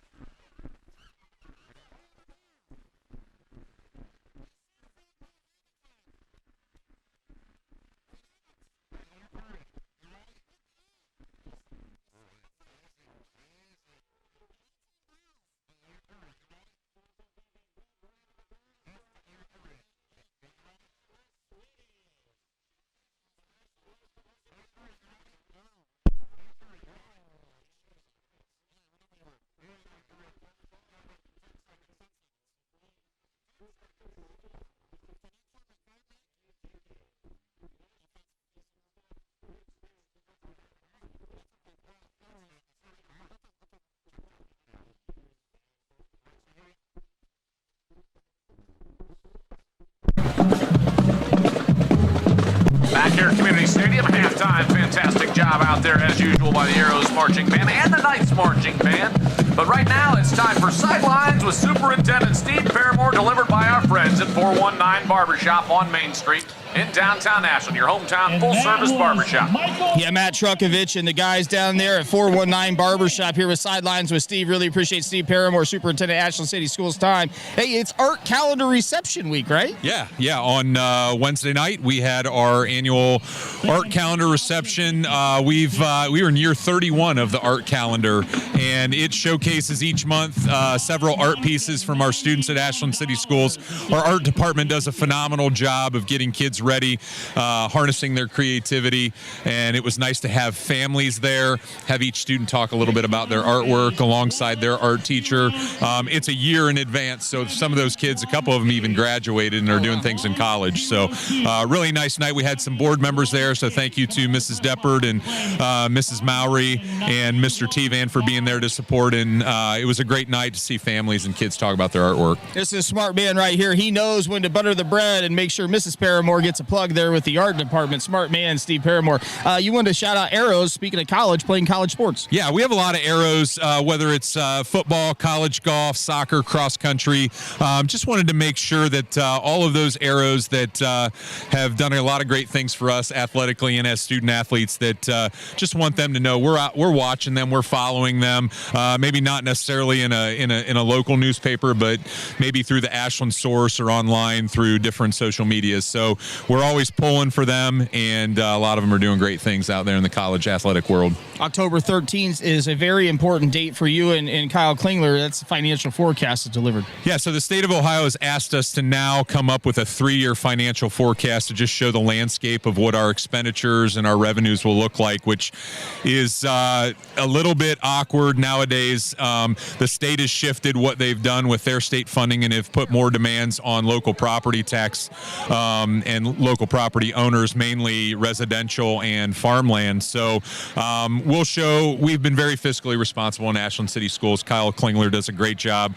Our Board of Education has really been good fiscal stewards. So we're just downsizing it from 5 years to 3 years, which is probably more of a little realistic outlook of where we're at and moving forward. So we want to do the best things we can for kids with the kind of the fixed amount we have. And then the PI levy renewal rolling right into the next statement. Yeah, absolutely. So November 4th is a big day on the ballot for Ashland City Schools. Not only are there Board of Education seats available, we want to get our voters out there. They've been so positive with that vote over the last 10 to 15 years.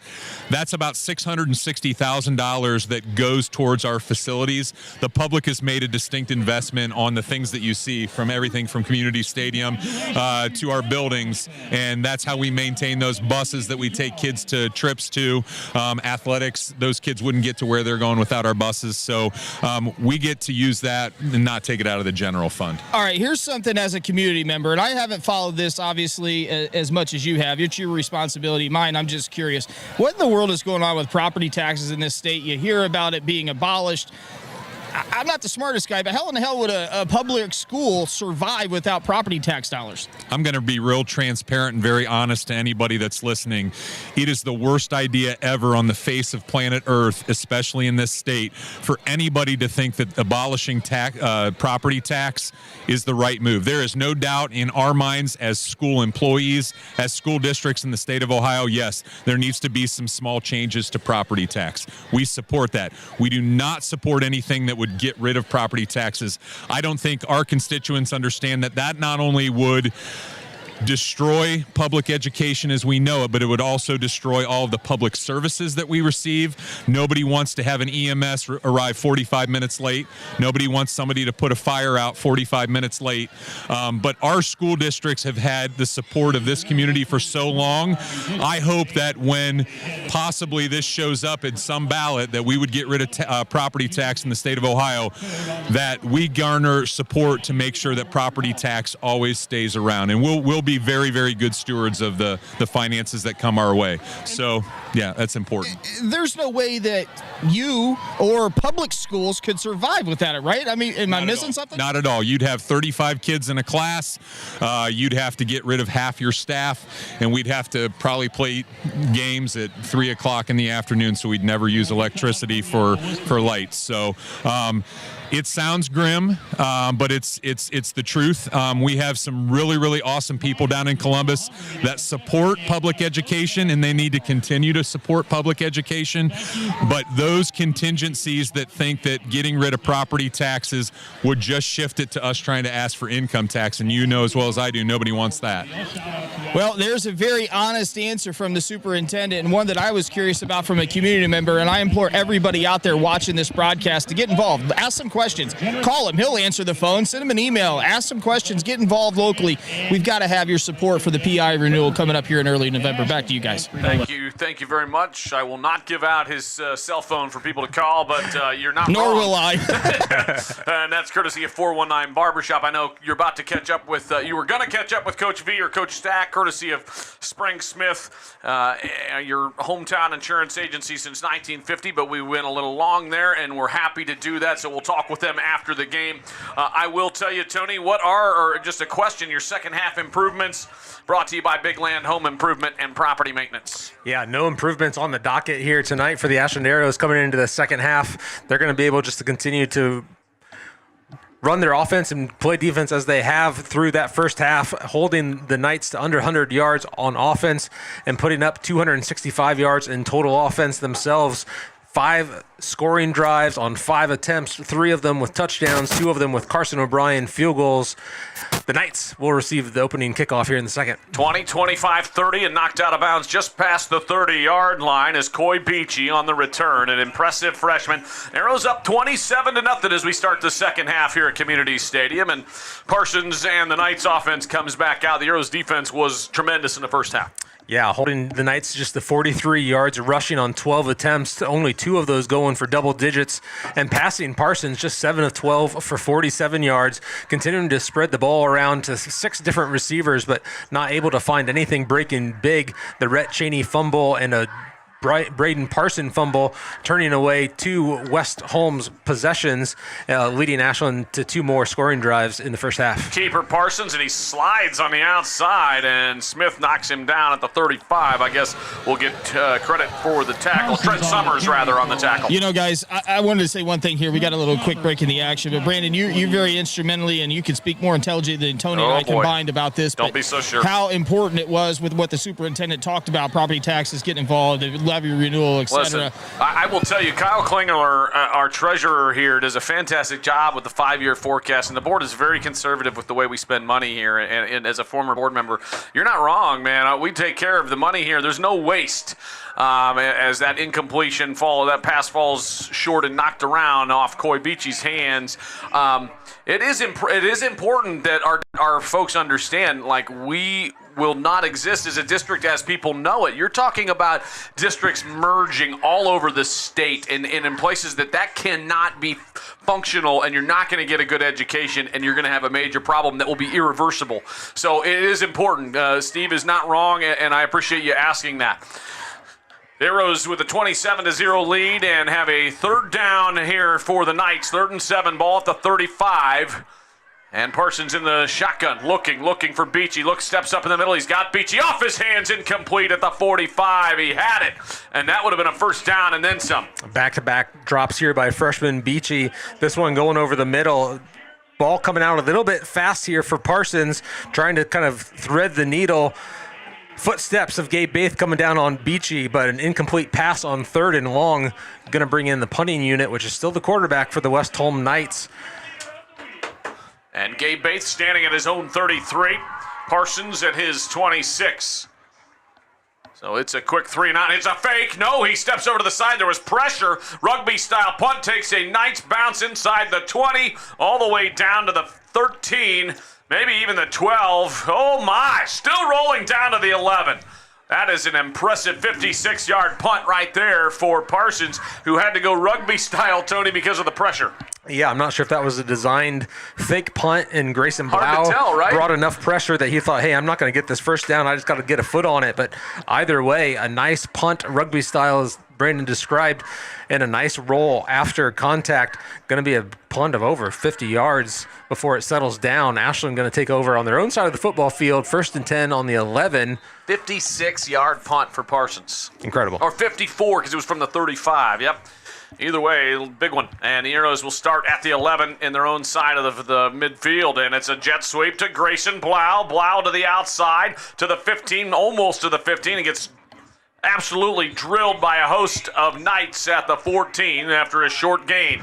The Knights coming out at the half, Tony, know that they need another stop. They went 3 and out right away. Yeah, not a lot offensively there for the Knights, and now you put your defense out there one more time against a high-powered offense that allowed Nathan Bernhardt to go for 230 yards passing in the first half and the touchdown, 16 of 22, just over 72%. We'll call it 73%.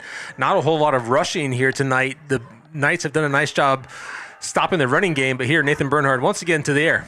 Bernie outside to Crudy at the 25. It's caught for an Arrows BB&C Car Care first down. And Arrows will move the chains. And they'll mark it at the 26, a pickup of 15. Nice toss and catch there. Nice pocket provided by that offensive line. And Nathan through triple coverage, finding Dakota Crudy. Catch number 4 here tonight for Dakota on 5 targets. The 1 touchdown catch and 63 yards as well. Dakota Crudy, a BB&C Car Care first down here in the second half. Arrows with 5 wide, under 10 minutes to go in a third. Grayson Gabe in motion, rather. And he catches a little screen at the 20, 25, 30. Cuts it inside, now back outside and knocked down at the 32. It's a pickup of 6 on first down. Didn't get an opportunity to talk about Gabe Bates' numbers at halftime. Stats provided by the law office of Andrew Bush. In the first half, 10 targets for Gabe Bates, 7 catches. This is going to be catch number 8 here tonight for senior Gabe Bates with that catch of 6. Now 118 yards. What a half for Gabe Bates. Doing a great job. He also had a punt return that was called back on a penalty and just stepped out of bounds on a reception. Could have had a couple of touchdowns, but Gabe Bates having quite the game. Bernie keeper up the middle, spun down past the first down marker, but that'll move the chains to the 39. It's a nice pickup there for the Arrows to get the first down, a BB&C Car Care first down. Not many keepers today. No, just needed 2.5, maybe 3, and really West Holmes has done a nice job kind of pinching in there, knowing Nathan Bernhardt has the tendency to run, especially inside the red zone. That time just needing 3, but goes for 6. And now the defense for the Knights going to pinch down a little bit, but Nathan going to have a lot of time here. Bernie looking downfield for Gabe. Caught at the 28, 20, 15, 10. Spun down inside the 10. A big pickup down to Gabe Bates. 51, 52, 53, 54. We're going to call it a 55-yard catch for Gabe Bates. One more time, the senior just going vertical, going to add to his tremendous numbers. Now 173 yards for Gabe. Gabe Bates still hasn't signed anywhere for next year. If you're looking for somebody, coaches out there, man, that young man's going to make somebody really happy. My early leader for Truax Printing Player of the Game is number 8. Trips right, twins right. Bernie looking left, looking over the middle. He's got Crudy caught. Touchdown in the end zone on a slant. And the Arrows with a comfort control touchdown have struck gold 33-0. Big strike to Gabe Bates, gets him down into the red zone, and to go to Dakota Crudy from the outside, the slant route and a nice tree develop there. Some nice route design by the Ashland Arrows, giving plenty of space for Dakota to pop open, showed Nathan Bernhardt his numbers, and this time going in for 5 yards. Second touchdown catch for Dakota Crudy on bad 5 snap. catches. And KOB's going to go track it down. Ball still loose, and the Knights will fall on it, but the Arrows have got it to a 33-0 lead, a running clock at this point going forward, Tony. And it is 33-0, and the Arrows will have to kick it off. But the Arrows with a big play on the Norma Foundation scoring drive, rewarding big ideas off the field and big plays on it. And that was a huge play to Gabe Bates. Yeah, just another big strike, the biggest of the game from Nathan Bernhardt or from Gabe Bates, going over for over 50 yards. I was just checking the numbers. Carson O'Brien came into this game with over 150 career points. Obviously, a couple of field goals and a couple of extra points, going to put him closer to 160. Didn't get an opportunity that time to even get a kickoff.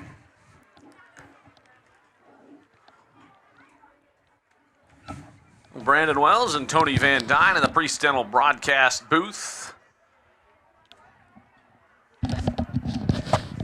Chris Mowry down on the Bo Lacey Construction sidelines. 7:56 to go in the third quarter. You're looking for something fun to do tomorrow night. The Low E Trio will be at Hickory Vines from 6 to 8 p.m. down in Madison. I know Tony is thinking about coming down there and bringing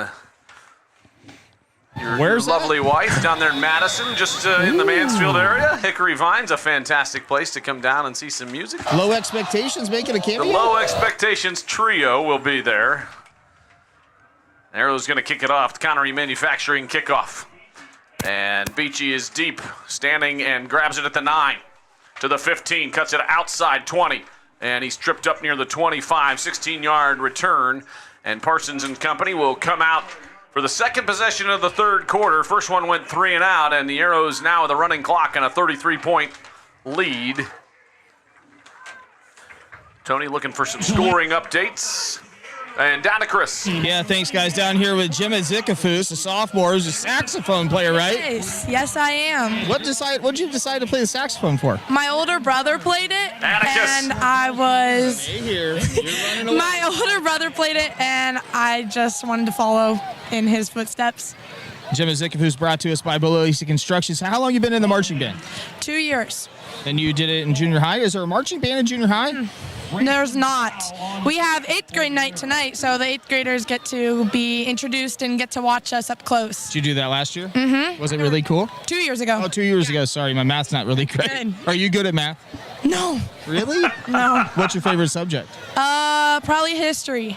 What was the theme? I love history, too. Yeah. Brandon does, Tony does. They're all historians up there. You'll have to ask him about some really wild questions. Something off the cuff. Try to stump them. How about that? Right. All right, sounds good. Go to my recommendation, go to Wikipedia and nail them with something like that. It's a good idea. I will tell you, BW is pretty good at it, though, and Tony is, too. What was the theme of today's halftime show? Bring in the heat. Whoa, bring in the heat like the Arrows tonight. Yeah, we're going to beat them. You seem really calm. You're not nervous, are you? No. I love that. That's really good. She's a lot like her dad. Very calm The human. voice of the Arrow marching band doesn't get nervous, does he? No, I don't think so. You're going to ask him about it? Look at him over there giggling. He doesn't know what's going on. What's the all-time favorite halftime show of your career? It's going to be the senior show that we're playing next week. We haven't even played it yet, but That's like a tease. yeah. Yeah, how long is that one? Is it a little longer show because of senior night? I don't think so. I think it's a pretty good amount of show, but we have really fun songs picked Nice. out by our seniors. So. Awesome, love it. What other activities are you involved with? I do student council and community service club and other little clubs like that. Jazz band? No, Jazz band's awesome. You should do that. I wanted to. I missed the auditions this year, Gemma. but I might do them next year. I would. Jazz band's totally undefeated. It's really awesome inside Air Arena. My brother did that one too. Did he? Sounds like your brother. You're following right in his footsteps. Yep. Have you started thinking about post-graduation plans? I know you're only a junior.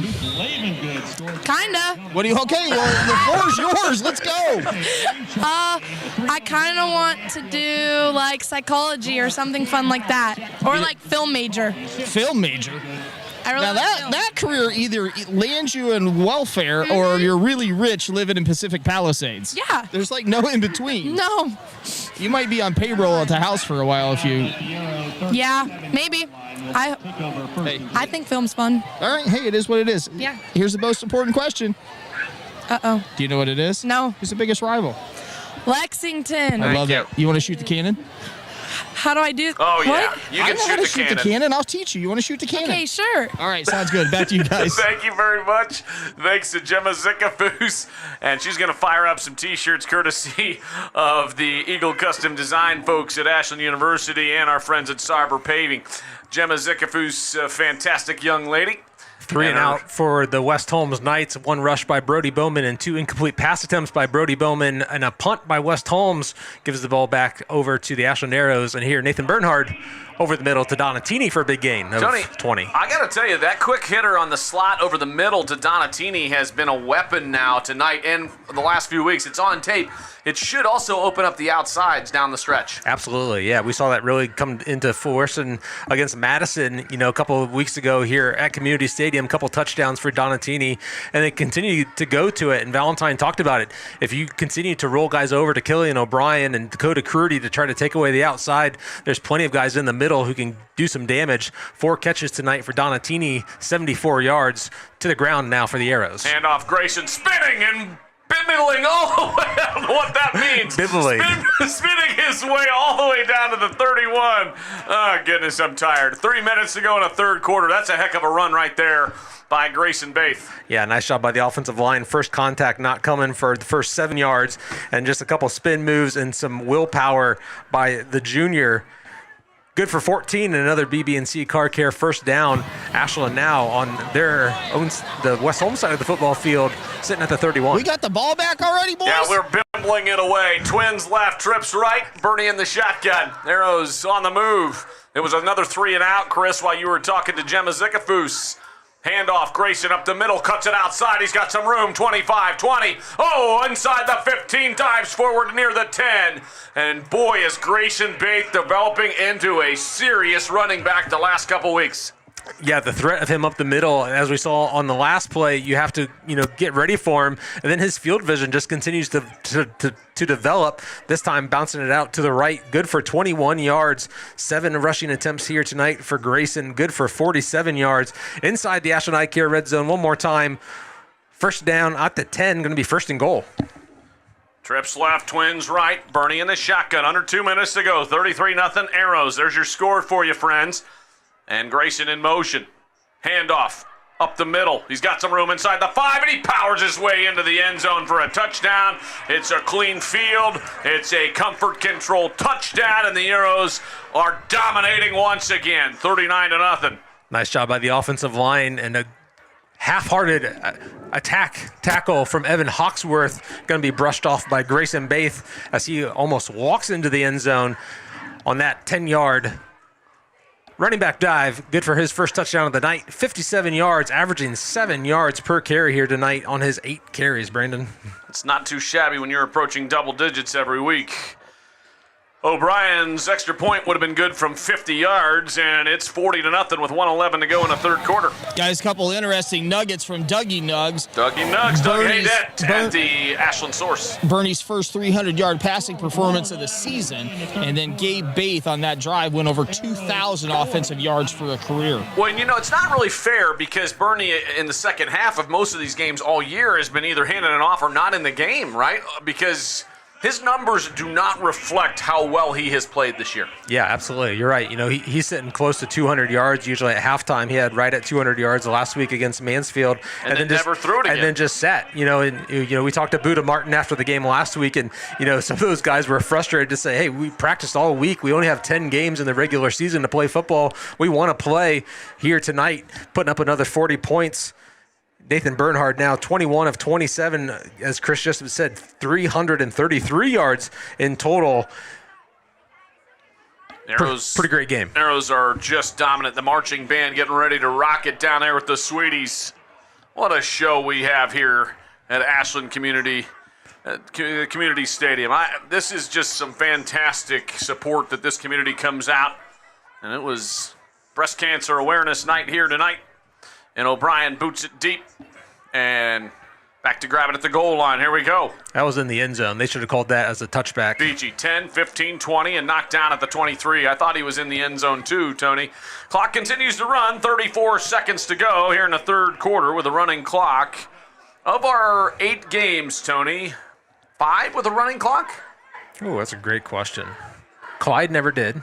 Chris has given me the 4 signal. Your mic works. Oh, no, he's got 5. Yeah, it's I can't. I need to go see Dr. Denbo, apparently. Turn the mic on, knucklehead. I've been called a knucklehead recently. In the shotgun, Parsons. Single right. Little quick hitter over to the near side. Caught at the 23 and knocked down at the 28 is Malachi Kraft. And that's going to be the last play of the third quarter. We'll show you the band after this. Back for the fourth. Simonson Construction is proud to sponsor Arrows Athletics, the most trusted and efficient construction company in the region.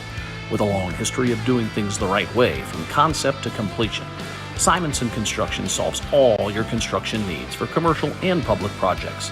A truly local company providing award-winning comprehensive design-build services since 1974. For more information, scan the QR code or go to simonsonconstruction.com. Come visit the South Street Grill in downtown Ashland, the official watch location every Friday night during the Arrows football season. You can catch all the action in the bar area on the big screens. Elevated casual dining in downtown Ashland, steaks, seafood, hand-patted burgers, vegetarian options, salads, and a huge kids menu. Something for everyone in a completely renovated, historic building. South Street Grill, your home for Arrows football.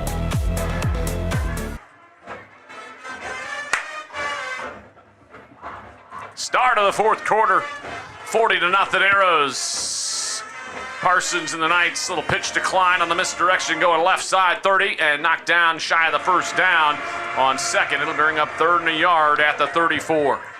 That'll go as a pass to Klein, a little shuffle pass. If you would have dropped that, that would have been an incomplete pass.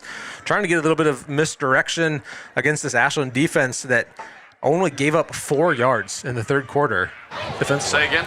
4 yards given up defensively in the third quarter. Courtesy of Andrew Bush Law Office.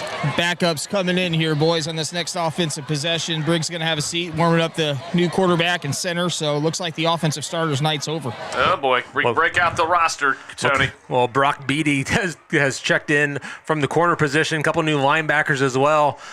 Bowman carries it all the way to the 50. A big run right there on 3rd and 1. Picks up a lot and a first down. Good for 16 against the backups. Once again, Cabrera kind of caught watching, maybe a little bit of a hold against A.J. Workman there.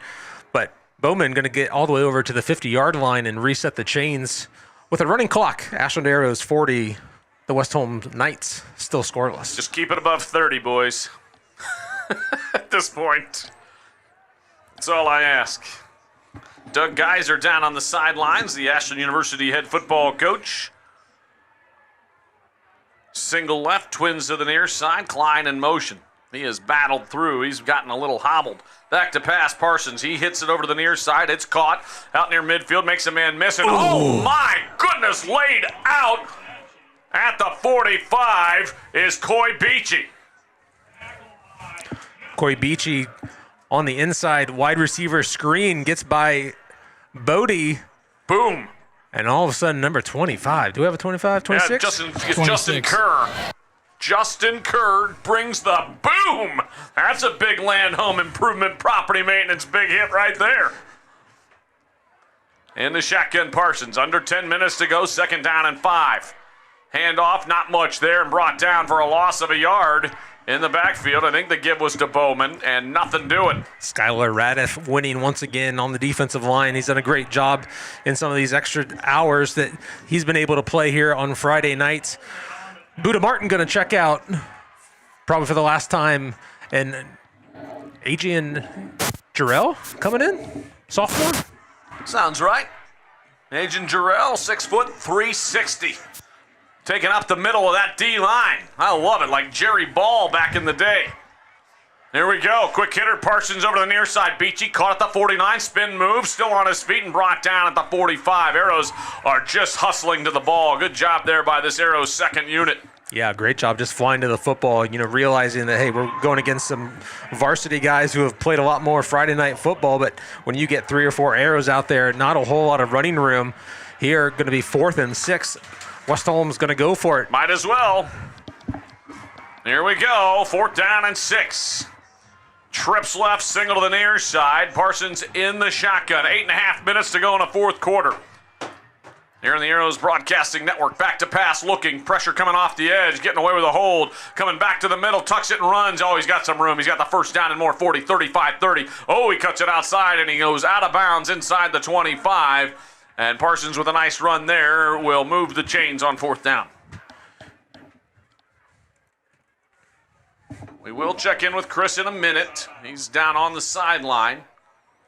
Let's go ahead down to Chris. All right, sounds good, guys. Down here with Junior Alana Cole, brought to us by Bo Lacey Construction. How long have you been at Sweetie? 6 months. You were about to get smoked, Sweetie, right there. That was scary. That dude was coming out of you. You didn't know who was pulling on you, but I jerked your arm out of socket moving you, I think. Yeah, that's okay. You're tough, right? Sure. Yeah, you wouldn't mind it. What's your favorite part of being a Sweetie on game day? I like to help the other girls do their hair, and it's really fun to be down here. So How long does it take to put that stuff on your eyes on those glitters? Too long. That's not an answer. Yes, it is. Well, it depends on how many times it gets in my eyeballs. All right, that's a good answer. Most miserable game weather-wise that you've had in your career as a sweetie? Honestly, we've been blessed with pretty good weather. The worst event was probably Meet the Team because that was rainy and cold. In your career. Last year, Lindsley here was terrible. Well, Alana wasn't a sweetie yet last year. Okay, Alana wasn't. I love it. Speaking in the third person She went is total awesome. third person. I was going to say that. You a fan of Ricky Henderson? I don't know who that is. Ricky Henderson's a Hall of Fame Like all-time. Marley Henderson? No, not Marvin. That's a difference. Not Marvin, Marley. No. Where this has gone off the rails. The game's out of hand. But the reality is he was the all-time #1 base stealer in Major League Baseball. Off the rails. I like stealing bases when I played softball. That Oh, was, you don't play anymore? No, I don't play anymore. What other activities you involved I run track. in? What's your events? I like pole vault a lot, and then my coach has me dabble in other events. What's those other events you dabble in? Sometimes she makes me run the 100. You ever heard of Dobbles Gobbles? No. She's a dabbler. That's a baseball thing. Oh, okay. Who's the biggest rival in the OCC? You can't let me down. Lexington. All right, you want to you. shoot the cannon? Yes. All right, let's do it. Back to you guys. A lot of cool. Fantastic. She's going to shoot the cannon. It's a pass backward to Beachy. That's going to be a run, and he gets it inside the 10 on first down. It'll be second down and maybe a yard. I think he's just shy of the first down, Tone. It's been the Coy Beachy show here for West Holmes Knights. Got a Columbus Drive. lot of potential. He's definitely a skilled young man. Yeah, absolutely incredible. Yeah, 4 catches on the night, just 22 yards. Just hasn't been able to get free from the starting defense or the backup defense. That one, his first carry, as it was a backwards pass, good for 7. Bowman, good for a carry of 16 and a carry of 7. They're going to go to Bowman one more time here. Good for a first down inside the red zone, and then we'll set up the Knights with first and goal.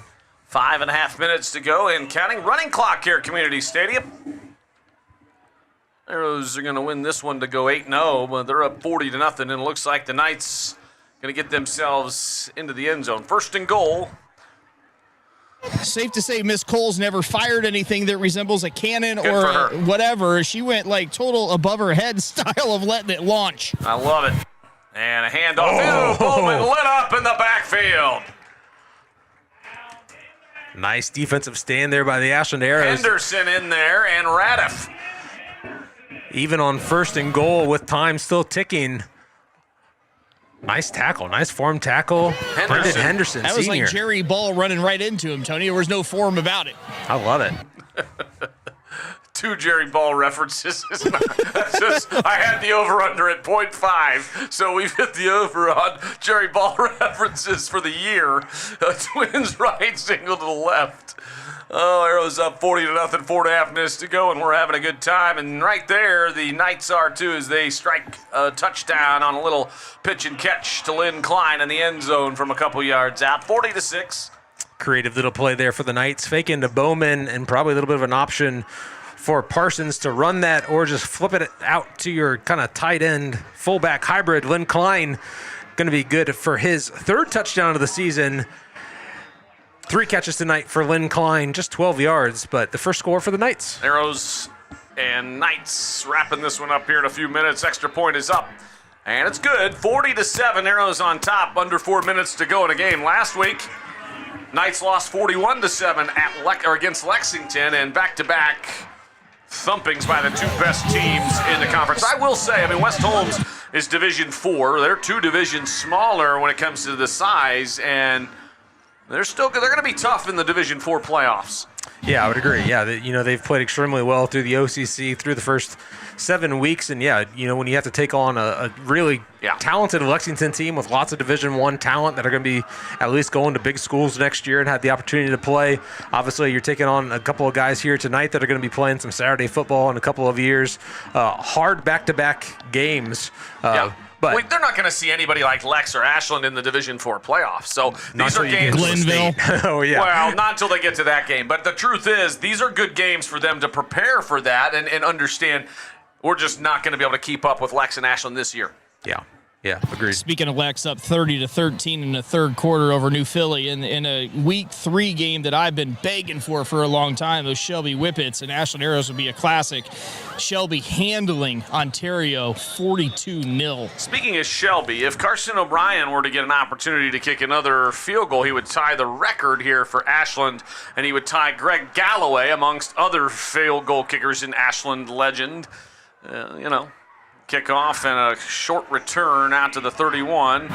Grandson of legendary George Valentine here of famed at Ashland High School. Listen, your son and my daughter both won the George Valentine a couple times, and that award is, to me, the most important award that there can possibly be in Ashland High School athletics. I told my son, Brandon, I told my son, lots of athletic accomplishments, but the valedictorian and George Valentine meant the most to me, and he won it for the entire senior class, so quite an honor. Pretty awesome. 3:31 to go here, and the Arrows and Knights in a bit of a pause as there's a man down. Taking a look at the regional rankings entering tonight. One mistake on the graphic, my fault, and it's Big Walnut, who's actually 6-1 at the top. The Arrows at 4 right now would have a first-round bye, guys. There's pros and cons to getting that bye if they are able to get it. We got a special guest in-game interview with Coach Ryan Stackhouse. 7 points you guys gave up. I'm going to call it a shutout. You got to be proud of your guys.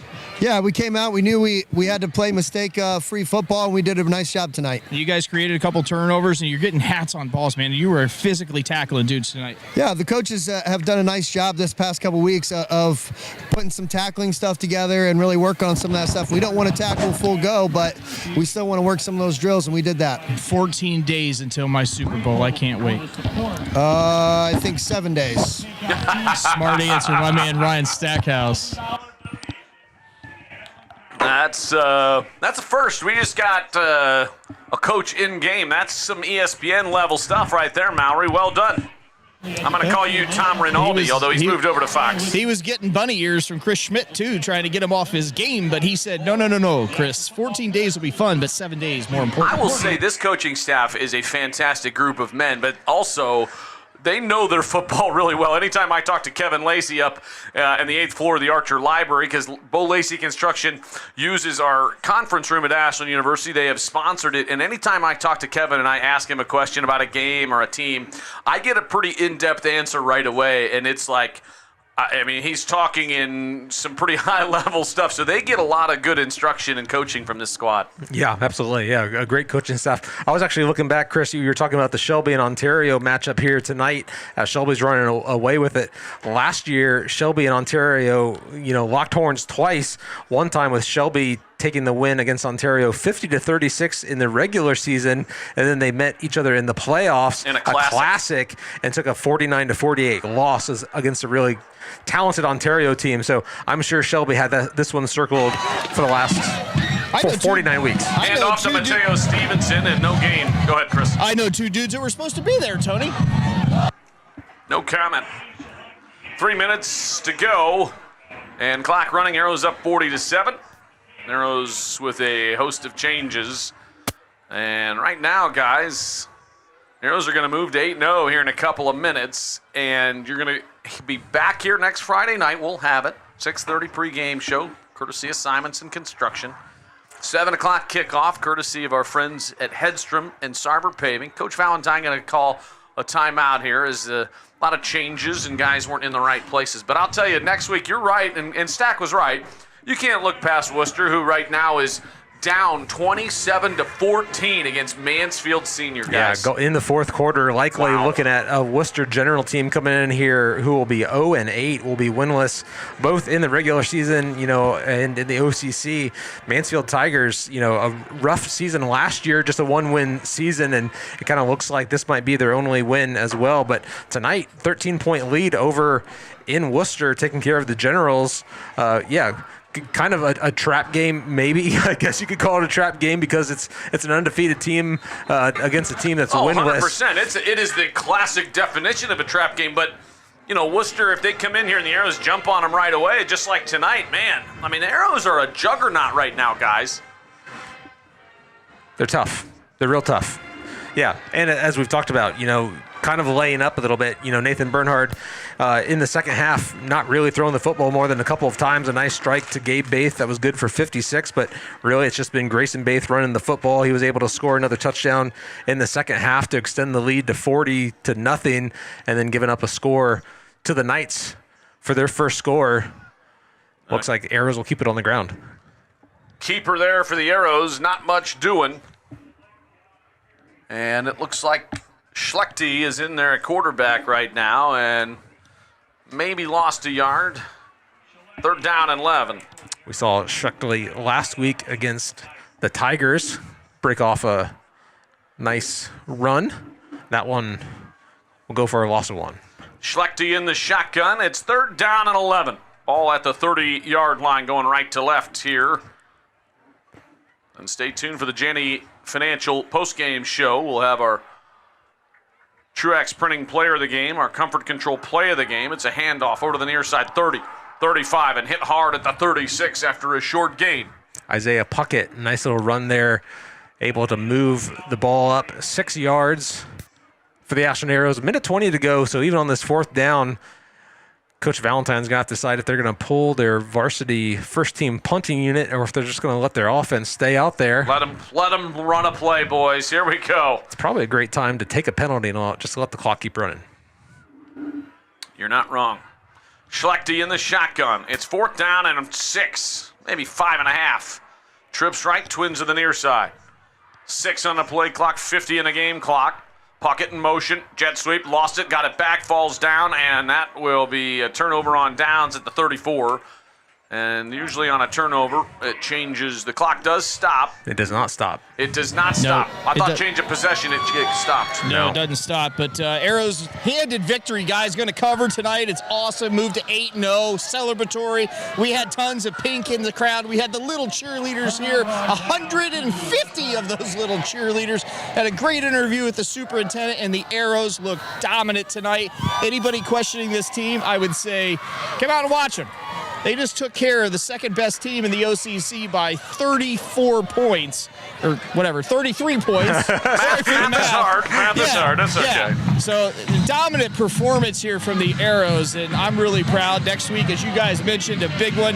Obviously, second biggest rival, if you ask me, in the OCC, and then that's Super Bowl 14 days from today. 40-7's your final. Back with the Janney Financial postgame show after this. Simonson Construction is proud to sponsor Arrows Athletics, the most trusted and efficient construction company in the region. With a long history of doing things the right way from concept to completion, Simonson Construction solves all your construction needs for commercial and public projects. A truly local company providing award-winning comprehensive design-build services since 1974. For more information, scan the QR code or go to simonsonconstruction.com. Come visit the South Street Grill in downtown Ashland, the official watch location every Friday night during the Arrows football season. You can catch all the action in the bar area on the big screens. Elevated casual dining in downtown Ashland, steaks, seafood, hand-patted burgers, vegetarian options, salads, and a huge kids menu. Something for everyone in a completely renovated, historic building. South Street Grill, your home for Arrows football.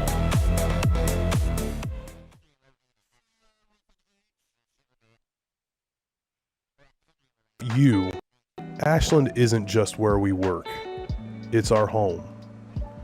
From glorious country to Main Street parades, we're proud to be part of what makes this town special. At Bill Harris Dealerships, being a key member of the community is one of our core values. But it's more than that. It's a responsibility.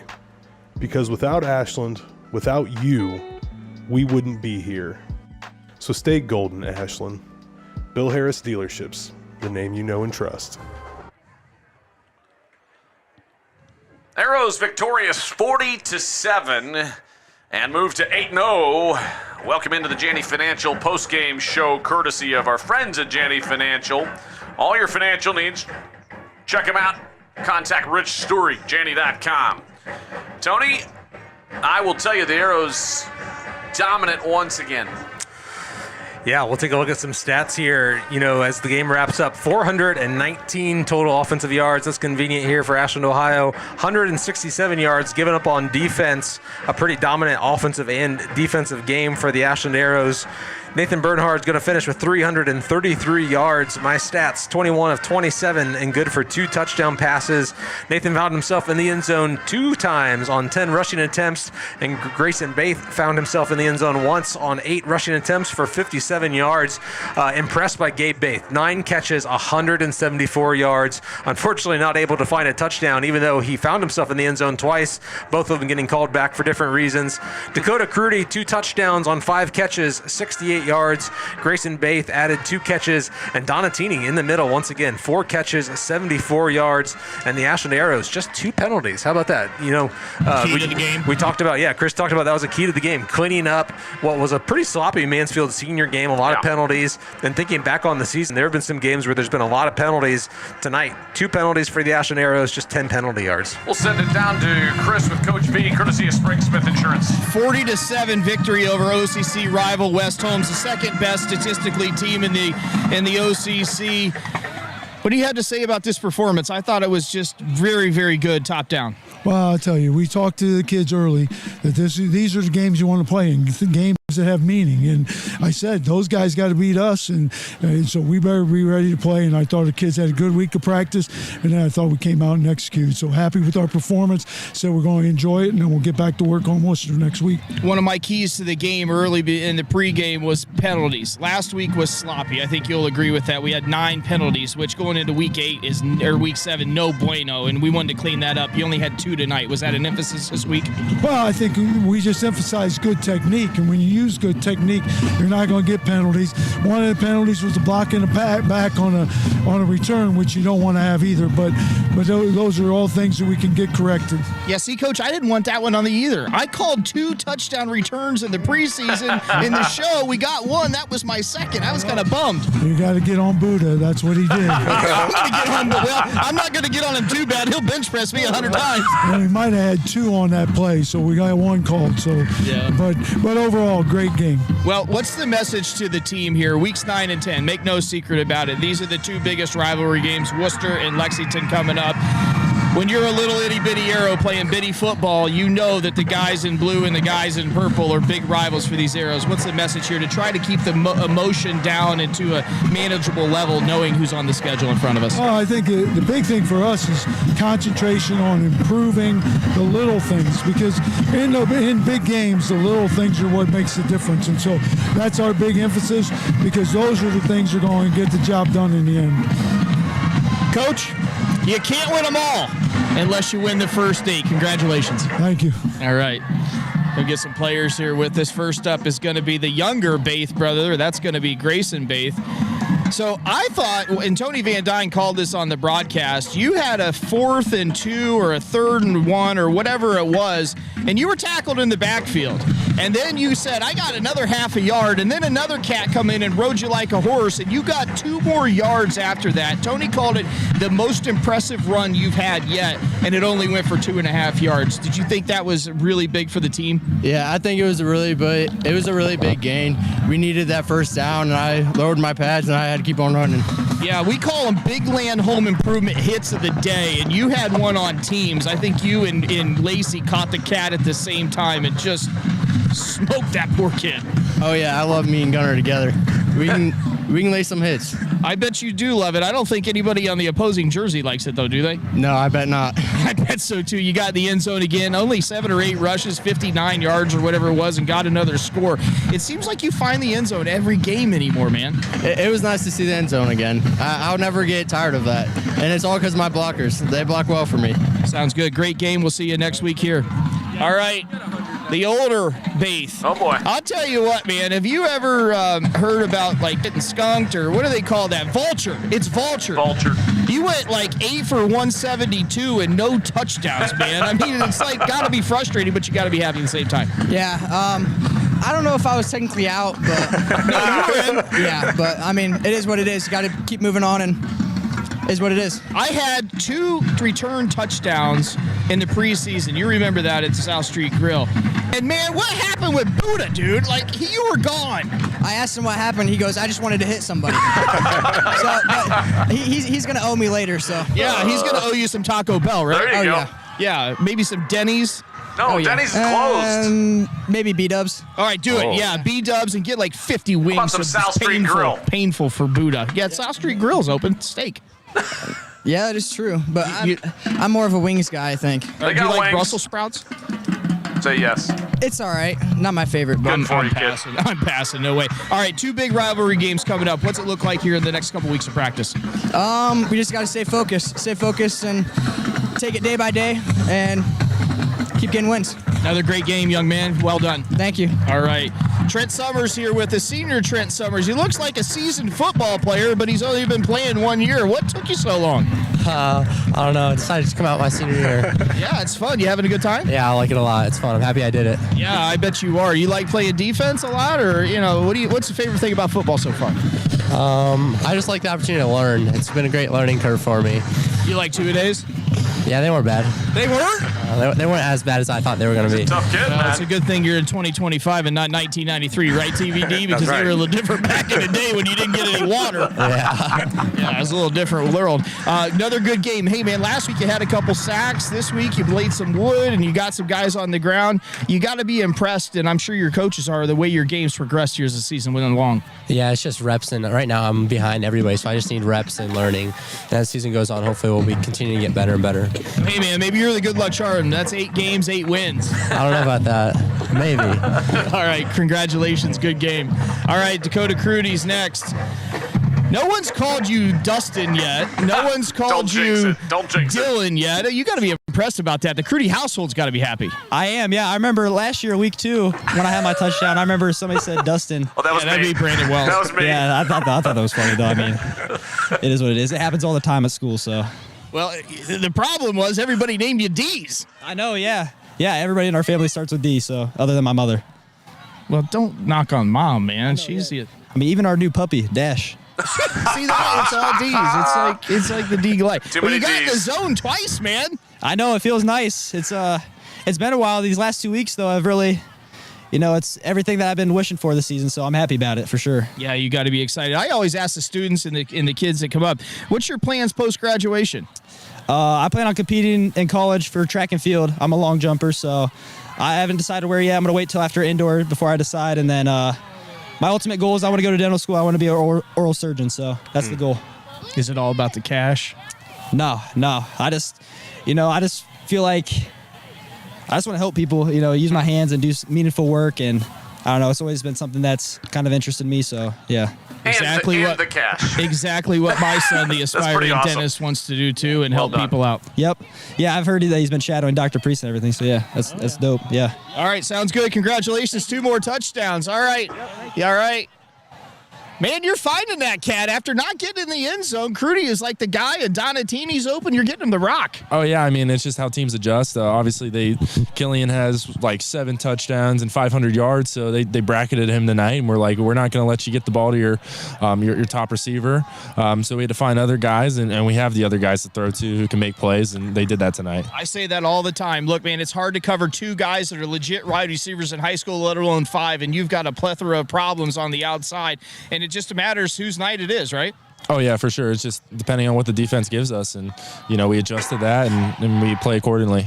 Yeah, sounds good. And then 331 for you in the air tonight. Your first time throwing 300 yards this year. Last year, I mean, maybe it's West Holmes. You just want to play West Holmes. Last year was a career game you had. You put up 56 yourself. Yeah, I mean, I think it's just the way they want to guard us. And, we match up well against them and their secondary, and we take advantage of it.